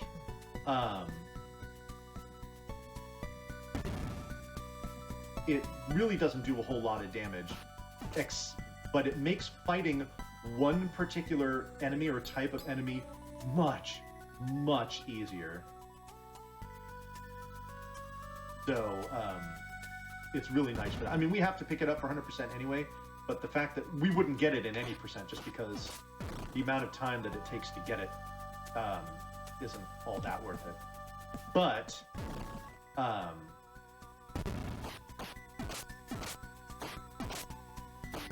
shoot. Oh, almost got it in that cycle. Oh well, that's okay.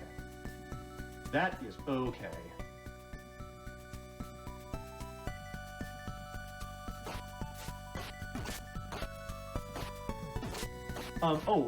This, you see this kind of sand in the room here, kind of that U shape?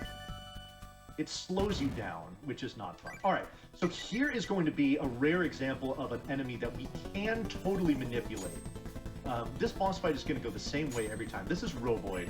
We're going to bait out 4 of these punches here by standing about shoulder level and then dodging. Then after the 4th one, we're going to stand here, wait for him to land, throw out the boomerang, and on its way back, it's going to do a ton of damage to him. Now we stand to his right, and we're going to bait out 5 punches. There's 2, 3, 4, and 5. And there we go. 2 cycles. Perfect.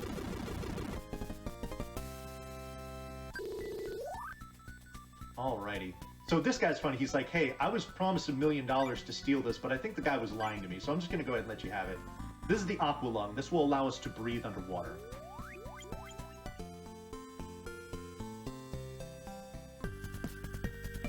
Also a really good song. Yes. For those of you Jethro Tull fans out there. Alrighty, so here we go. I was going to mention something there, and I forgot. That's okay. Alright, so now we can breathe underwater in this section here. The music here is really cool, too. I mean, I could say that for virtually everywhere, but anyway. Oh, I saw somebody said, this game is cool, almost like A Link to the Past. I think you mean that A Link to the Past is like Neutopia 2. Phrasing is important. But I appreciate the comment. That was dumb. Okay, so, speaking of music, you might notice that the music in this crypt not only is different from the first 4 that we've done, but it sounds a lot like the crypt music from the first Neutopia. I wonder if there's a reason for that. Stay tuned.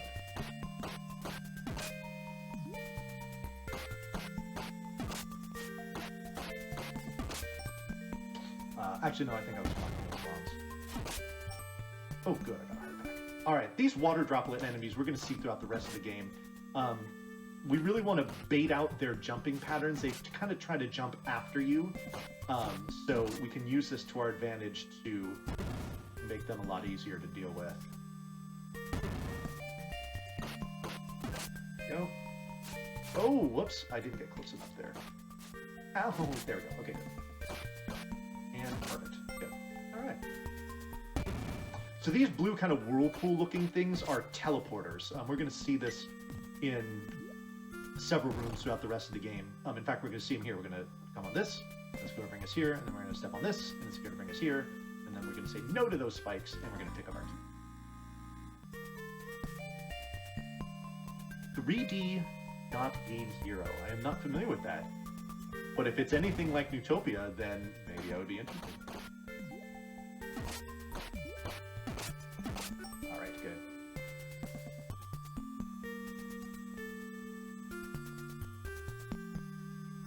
All right, old man, Chain of Dungeons, telling us stuff. We just walk away.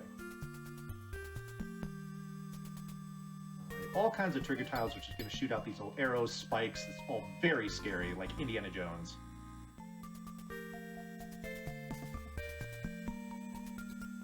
But fortunately, we got our armor upgrade and we got through there safely, which is great.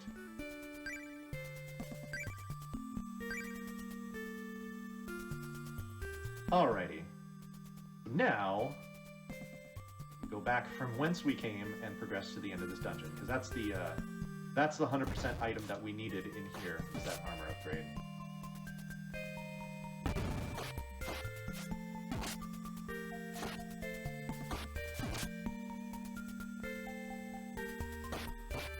Good. Push this block here, push those spikes back down, and then just walk around everything. Very great. This room can be annoying. We're going to stop in the bottom teleporter here. It's going to take us in here. Now, these things can kind of jump right in our way. Oh, do I already have one? Well, now I do. Oh, and there's a lot of lag that can happen in there. So you want to get out of there as quickly as possible so that it doesn't drag you down. All right. So for those of you that have been around from the beginning of the run, you might recognize this guy. It's that big scary Kraken that killed Jazeta. Oh my goodness. That was really not what I expected. Okay, we are good here though. Okay, we killed it. Alright. Again, the boomerang putting in ridiculous amounts of work. So we succeeded where Dad failed, and we have destroyed the Kraken. And would you look at this? Here's Dad! Everyone say hello again to Jazeta. He's gonna say, GG, son. Thank you so much for killing that thing, even though I couldn't. I'm trying to save Neutopia, but I can't. I'm gonna need you to pick up where I left off. So why don't you take this Sword of Legend here, and proceed. Good luck. Dearth is back. I thought I killed him the first time. I was wrong. You need to finish him off. I wish you luck, son, but for now, I'm gonna take a nap.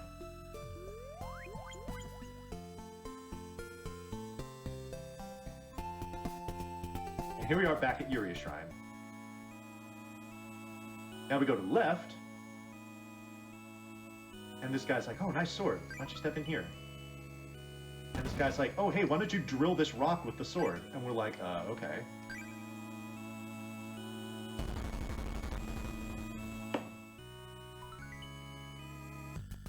And it causes this tunnel to show up.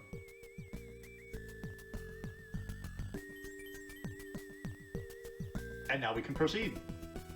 With Dad being the Kraken, it feels like that's just what inspired Sin from Final Fantasy X. Yeah, very much so. Very much so. Spoilers for a 20-year-old Final Fantasy game. Remember, the FF10 is 20 years old. Yes, that is a fact. Like a look it up in Wikipedia fact. All right. So we've set another checkpoint, which will be very useful. And here we go into like for real Icy Land.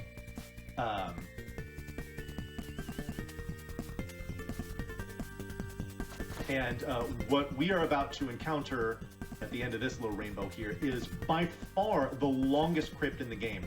I will be in here for probably about 10 minutes. It takes for flipping ever. So what else is also really notable about this crypt that I'm about to be in is that in order to get through it in the speedrun route, I will need to use 17 bombs. I can only hold a maximum of 16 right now.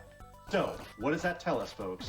I'm going to need bombs, and I'm going to need a lot of them. Fortunately, there are a decent number of enemies in here that drop them, namely these orange dragons and the blue kind of crossbow knights. So, we will be hoping and praying that they come through for ya boy Bonnie and give me what I need. Otherwise, I could be stuck.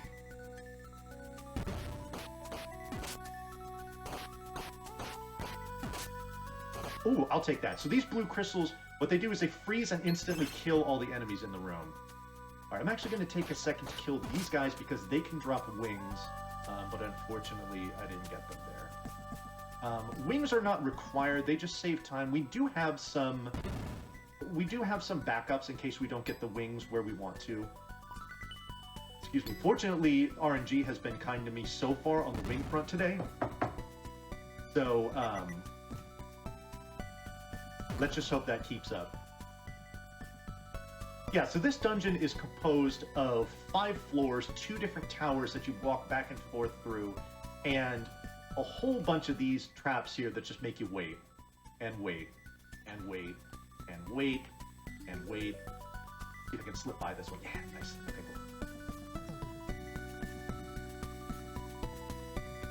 cool. Alrighty. So, remember I was talking about that crappy flail that I got? Now is the flail's time to shine. Here are the Cloudy Boys.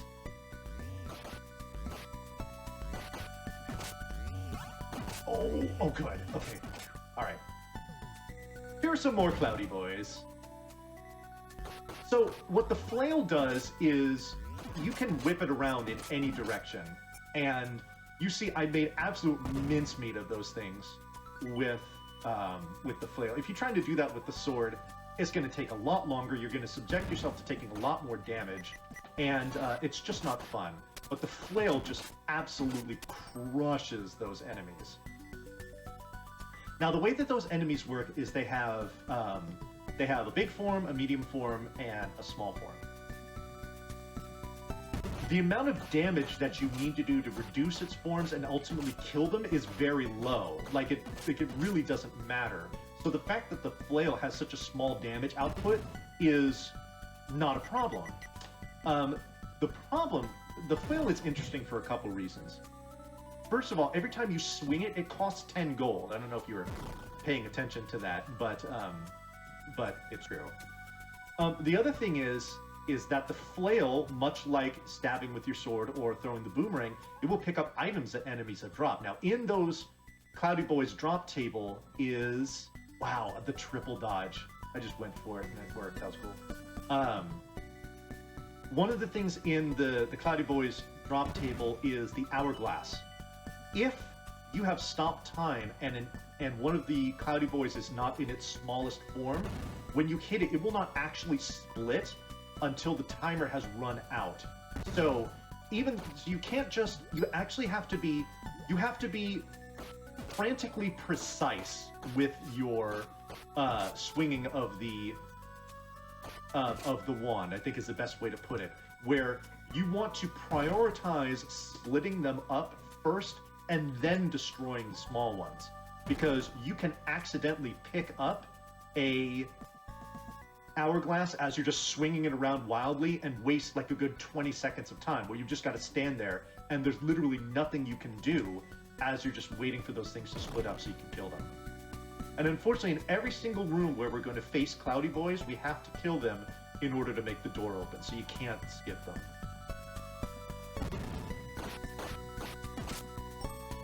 Bombs, thank you very much. Oh, don't throw fire at me, I don't appreciate that. Ooh, I'll take that too. Make that easier. Why is... Who's feeling old? What's going on here? Oh, people are still talking about Final Fantasy X being a 20-year-old game. Oh, yeah. I have Gotcha. sent chat down a rabbit hole. That's fine. That's fine. All right, so we're going to come in here. We're going to pick up our key. Can I stop being young? I would love to resume being young. Oh, my goodness.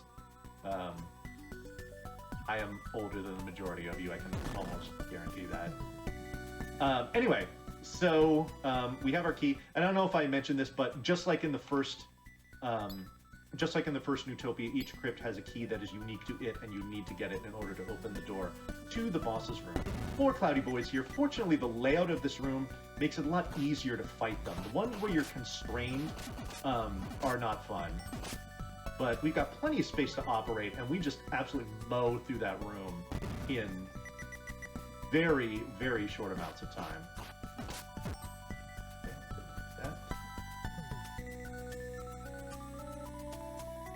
Right, the issue.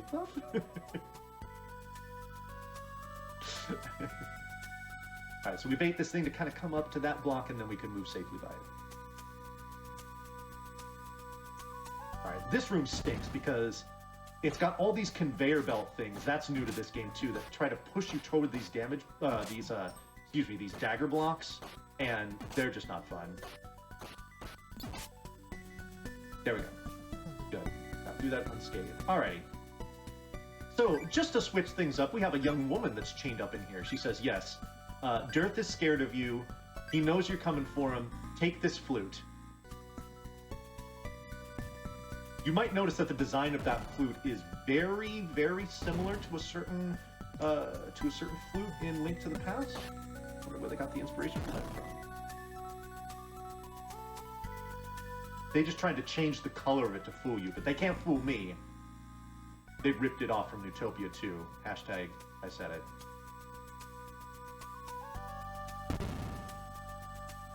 Alright, we can actually walk in between those two teleporty things and avoid them, which is nice.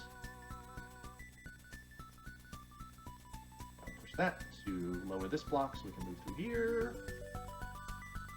And it's bombs away for the rest of this crypt. I think I used like 5 more in the rest of this. Please give me some bombs. Yo, I think 3 of them dropped bombs. That was beautiful. Oh yes, for those asking, I am indeed doing this on original hardware. This is a TurboGrafx 16. I do have it hard modded to do a composite output, so that's nice. Oh, there's my wings. Thank you. Perfect.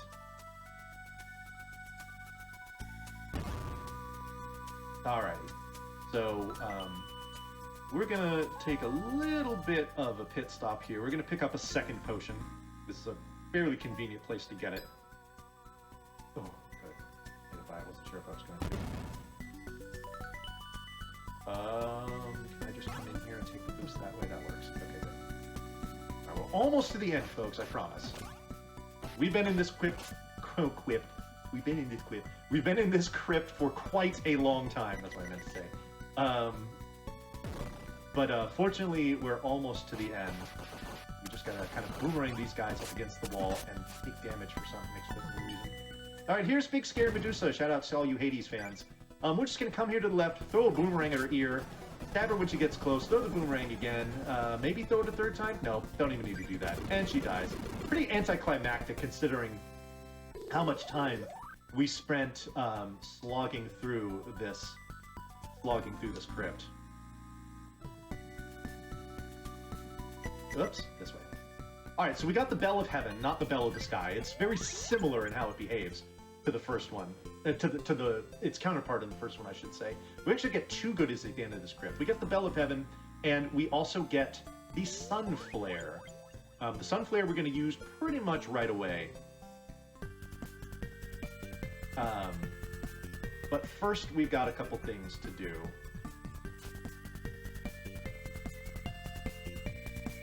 First, we need to come up here. Oh, actually, we need to turn on our wings first.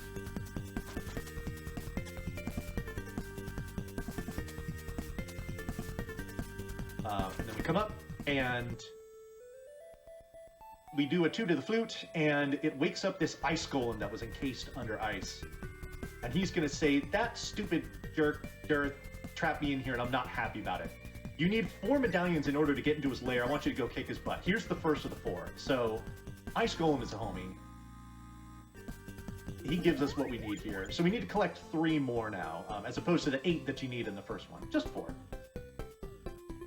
Now, what we're going to enter here is... Well, first we need to do a little bit of item collection. But then we're going to kind of enter, like, a bit of... I guess it's kind of like a boss rush, in a way, where we're going to have a couple crypts we're going to go into that basically, like, you fight some enemies in a room, and then you fight the boss, and then that's it.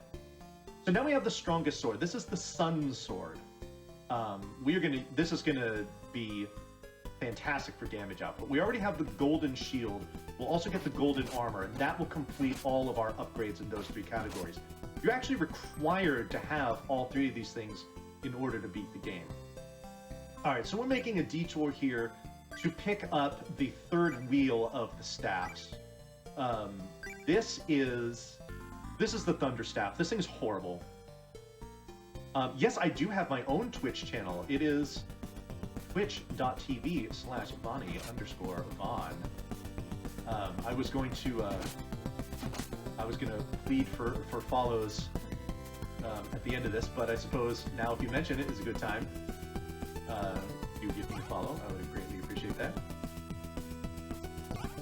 All right, so I'm going to take a bunch of intentional damage here because this is going to be we're going to do an intentional game over here after I collect a couple more things. So we'll want to soften ourselves up a little bit.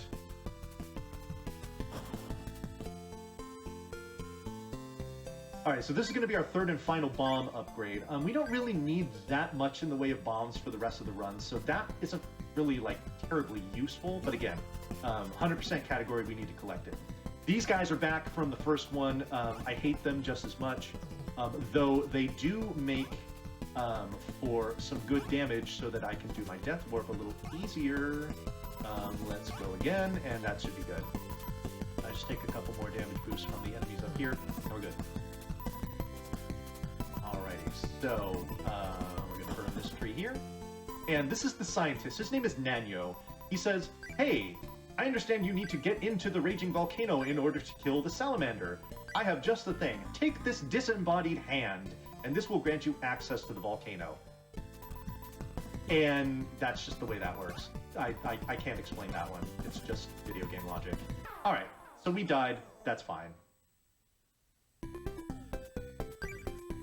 It takes us back here. We have all the stuff that we've collected, and we're ready to move on.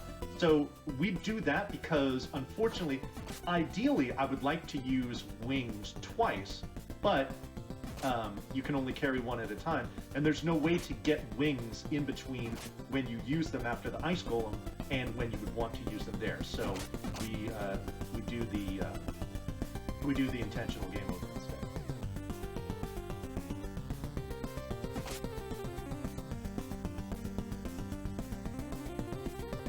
Alrighty, so in we go into the volcano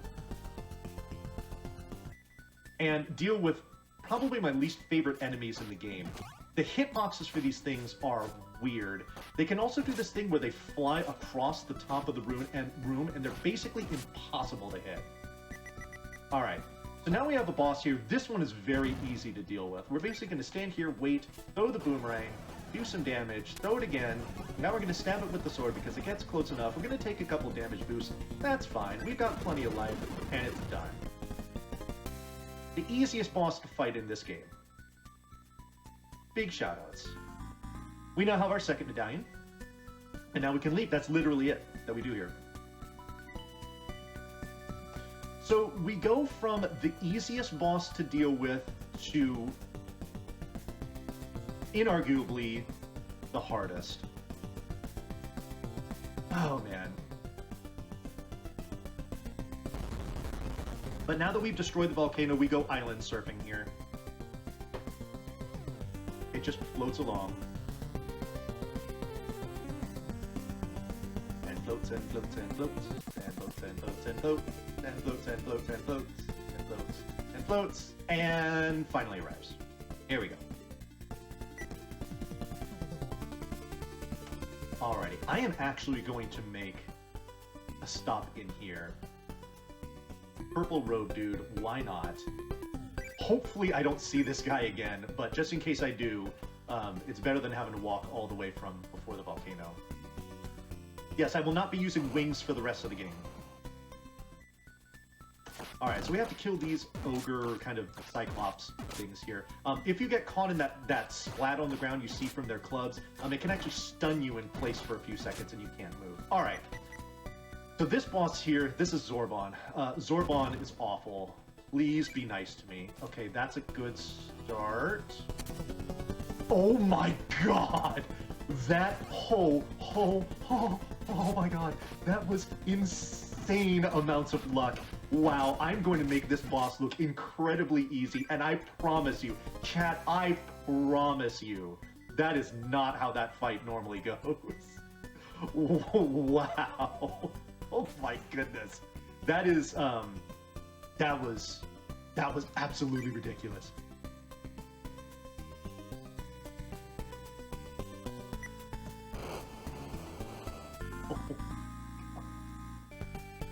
So, the absolute god Zorban, there is no question. So the way that boss works is that when it's in its big or medium forms, it will slide along the ground, and at that point you can do damage to it and split it up. However, when you get anywhere either directly above or below it or to its sides, it will stop sliding and it will go into this animation where it will just jump around and shoot out little water shots. When it's in that jumpy form, you cannot do any damage to it. Now, when it decides to get out of that jumpy form, just whenever it feels like it. It's total RNG. So it can stay in that jumpy form for a long time and just waste precious time.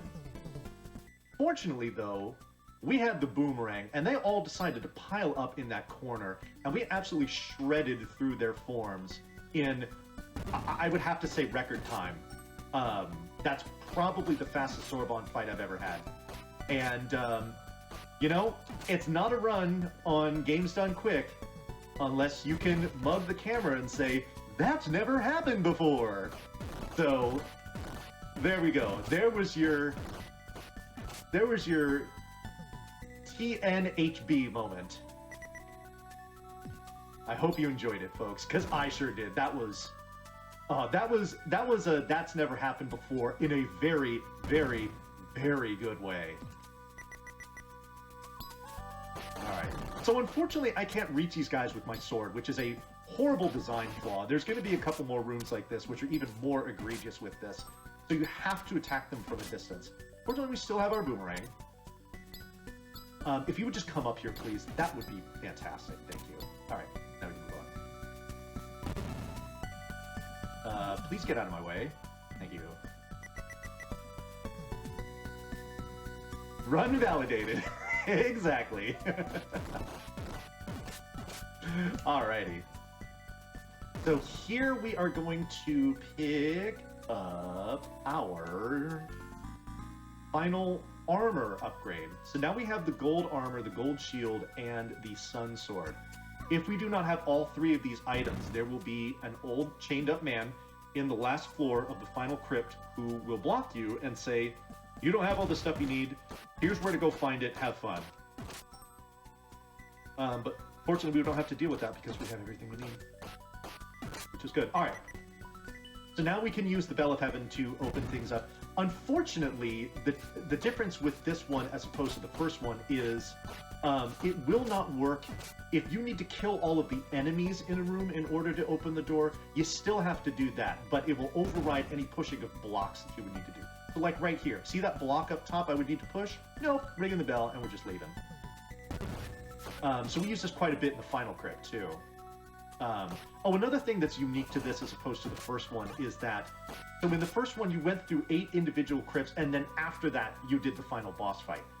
In this one, at the end of the final crypt itself will be the final boss fight. So it's not like, it's not something that happens individually, which, you know, in the first one was important because, you know, as you saw me do, you can do those crypts out of order.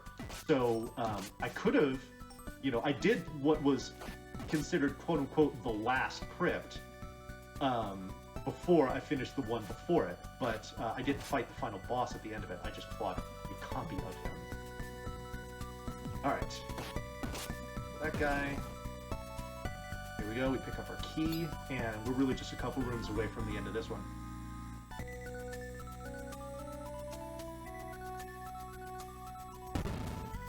Alright, flip those back over. See that block at the bottom? Nope, use the bell. That's how we're gonna get out of here. Oh, thank you, I'll take that. Dagger blocks. I don't want to deal with those or these enemies in here, so we're good. Alright, so this is Sorfloyd. Sorfloyd is pretty annoying. Its movement pattern is random. However, when its cycle is for it to open up so that I can do damage to it, that's always a fixed amount of time. So if you kind of just have, kind of like the rhythm or like a clock in your head as to when to throw the boomerang. You can anticipate it and do as much damage as you can do. Maximize your damage in each of its cycles. Should be about now. Oh, also the location of its actual hurt box or its hitbox is really strange. It's like floating way above the enemy itself, which is weird. So I did that in 3 cycles. That's pretty good. It can be done in 2, but you need to have good timing and also some good cooperation from the enemy itself. So anyway, we now have our 4th and final medallion. I got the 3rd one after killing Zorban. I know we got so caught up in the excitement of me just absolutely decimating that enemy that I kind of glossed over it. So now we have all 4 medallions, which means that we can now make our way to Dirth's evil lair, open the way to it, and confront him face to face. We have one more pit stop before we get there, though. And in fact, I should probably turn this on because we'll need it.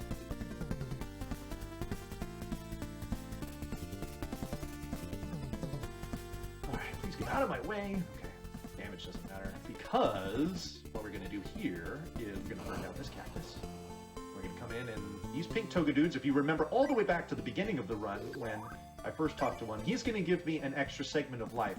With that, we now have collected everything that we need to in order to satisfy the 100% category of this speedrun. All right.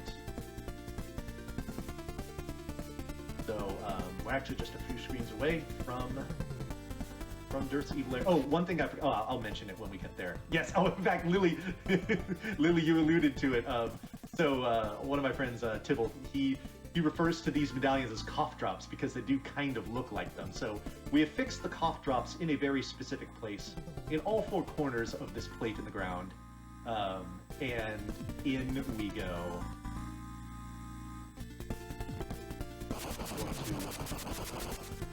Open the way, and in we go.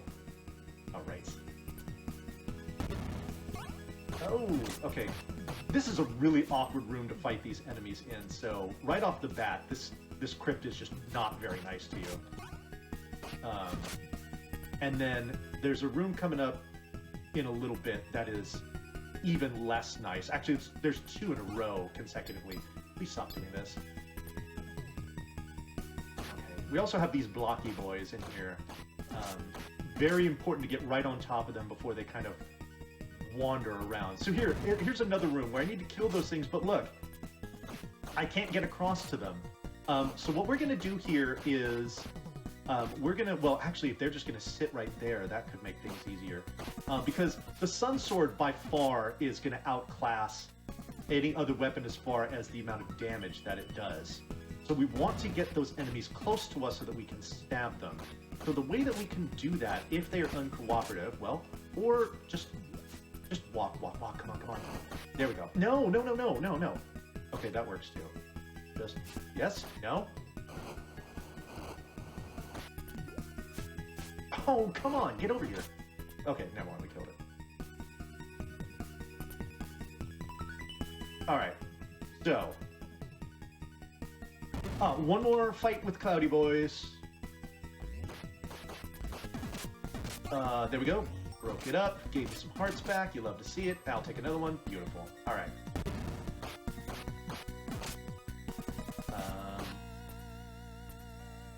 Oh. All right. No, I don't want to punch another corner because then I have to walk back out. Whatever. Okay. That's fine. Lots of traps in here too. Okay, so these are flying squirrels. They are adorable. I mean, look at them. They're also pure evil. These things are such a pain in the neck to deal with. But fortunately, they were actually pretty cooperative there, so shoutouts. Okay. Push all these blocky boys into a corner.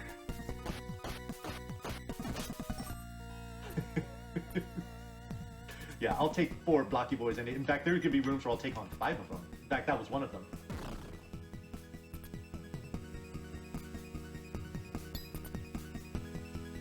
Alrighty, so here we go. We can. Oops, I was a little too quick with that. Fortunately, we don't have to deal with killing these squirrels here. We just bomb our way out. Now, there's going to be another room coming up. In fact, it's the next one, where there's going to be squirrels, spikes, confinement. Really stinks. But we have a ring, and we just turn them into blobs, and we just shred through them, and off we go. That room can waste an immense amount of your health, just because you got squirrels jumping all over the place, you got spikes coming in out of the ground, cats and dogs living together, and the rest. Alright, down to the right there is a little detour that you can take if you want to pick up another potion in here, but I still have both of them. You'll notice I haven't used any potions throughout the game. You should pick up potions with the intention of using them at the final boss. Yes, can we have a Blocky Boy kill counter so we see just how many I have laid waste to, so that you can understand that I have Blocky Boy supremacy? I like that idea.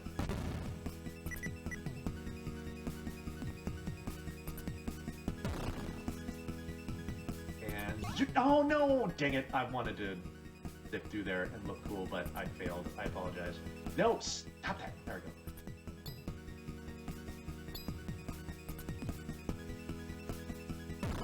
Do you know how many Blocky Boys you have defeated to this point? Let's see, there was 4 in that one room, 5, 4, I want to say 13. Now it's 16. Pretty soon it's going to be 20. But now it's 17. 18. 19. 20. And then there's potentially another 5 that I will fight, but maybe not. We will see.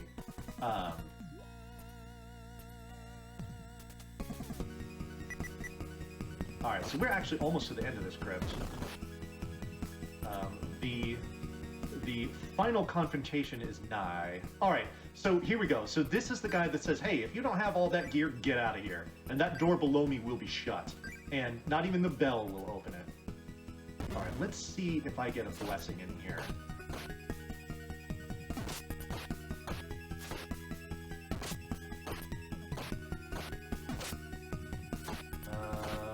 Unless he does it. Nope, that didn't work. Okay.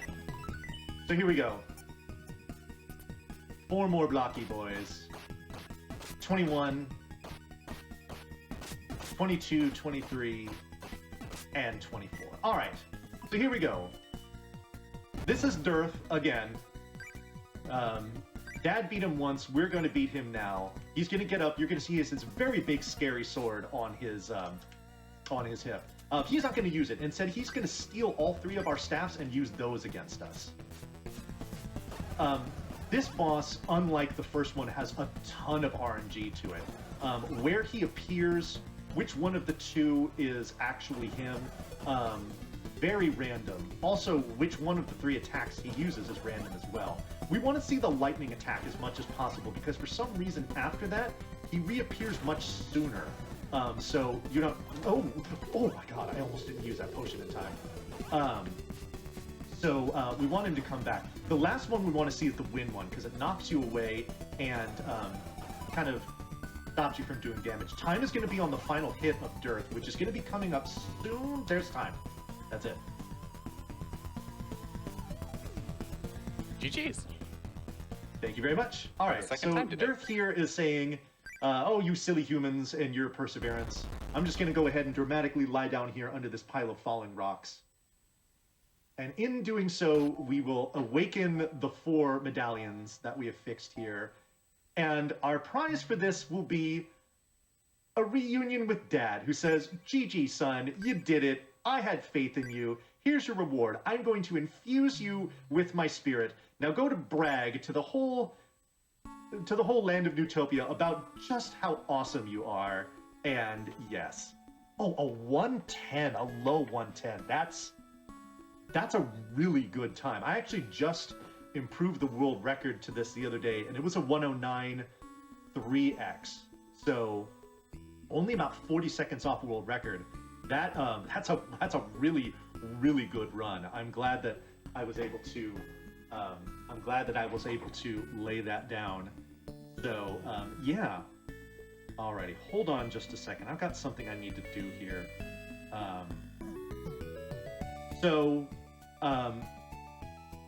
Like I said, we had a showcase here of Neutopia 100%, as well as Neutopia 200%. I really do hope that you enjoyed them. Like I said, you know, this is for the Runners Wanted segment. We would love to grow this community. They're two great speedruns. We've got a lot of resources for them. I'm really happy to help people with this. So if you enjoyed these games, if you enjoyed these speedruns, if you enjoyed my commentary, or any combination of those things, please do give me a follow. I would greatly appreciate it. Like I said, I run games like this on my channel all the time, and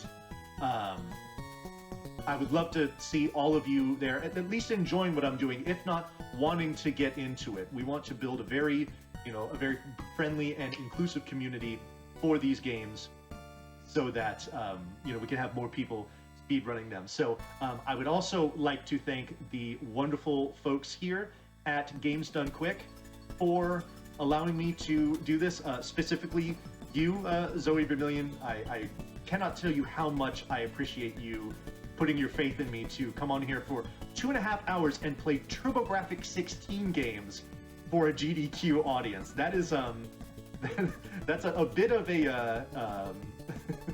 a bit of a risk you took there, but I really hope that it is one that you enjoyed. So again, thank you so much. I am actually going to step away for just a second because there's one more order of business that I need to do here in order to fulfill what I wanted to do, and I will do. So I don't know, Zoe, if you want to kind of vamp for a minute here while I do what I need to do, yeah. I will be right back. Is that I cool? kill time. Don't worry.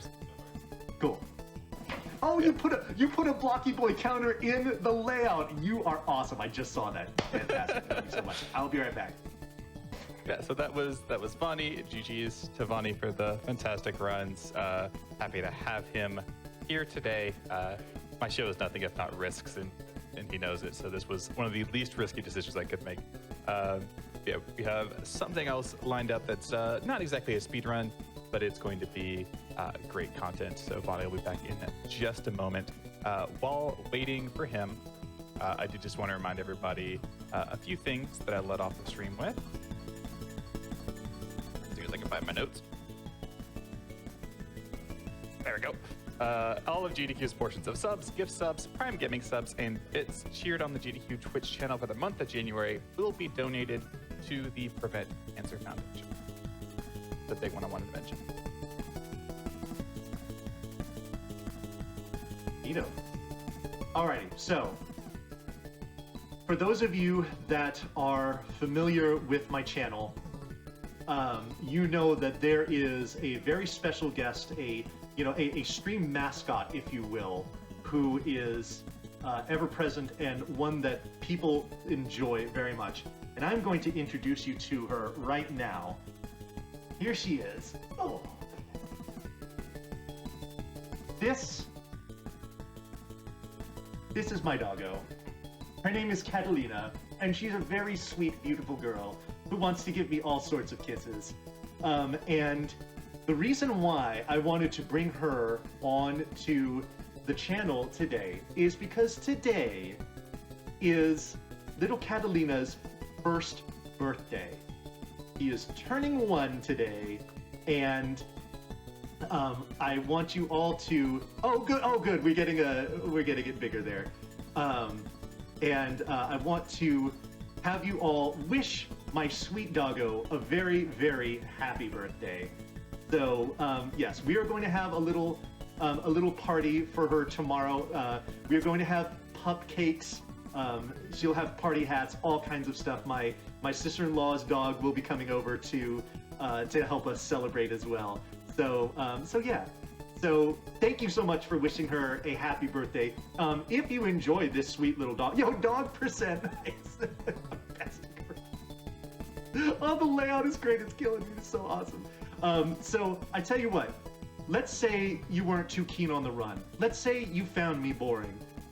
Let's say you didn't think the speed run was all that great. But if you love this dog right here, and you think she's pretty, and you want to see more of her, that alone is a reason to follow, because she makes an appearance on my channel virtually every time I stream, and she is wonderful. Very much loved. So yes. So everyone, thank you so much for wishing my dog a happy birthday. Zoe and Ryoko, thank you so much for allowing me to bring her on here. We will celebrate in style with her this weekend. So, but this is something special I wanted to do. So everyone, bye-bye. Thank you so much. Happy birthday, Catalina. for having us here. And yeah, I think that's pretty much going to do it. One last time, again, if you enjoyed what you saw here, if you want to get into these games, there's lots of great resources. You can follow me on my channel, speedrun.com, my Discord, all great resources for speedrunning these games. I'd love to see you come on out and be a part of the community. So yeah, again, thank you so much for watching. Thank you everyone at GDQ for having me. I hope to see you on my channel soon, and until I do, take care, everyone. And thank you again, Bonnie. And happy birthday, Catalina. And it was actually a fun coincidence that today was her birthday when I had scheduled Bonnie for this episode. But that is it. That is Runners Wanted, Neutopia Edition. Hope you'll enjoy it. Hope it maybe inspired you to learn this run. We are going to be ending the stream here shortly, but sending you on a wonderful raid. So I hope you have a fantastic rest of your Saturday, and don't go anywhere while we get this raid initiated. Thanks for watching. Bye-bye.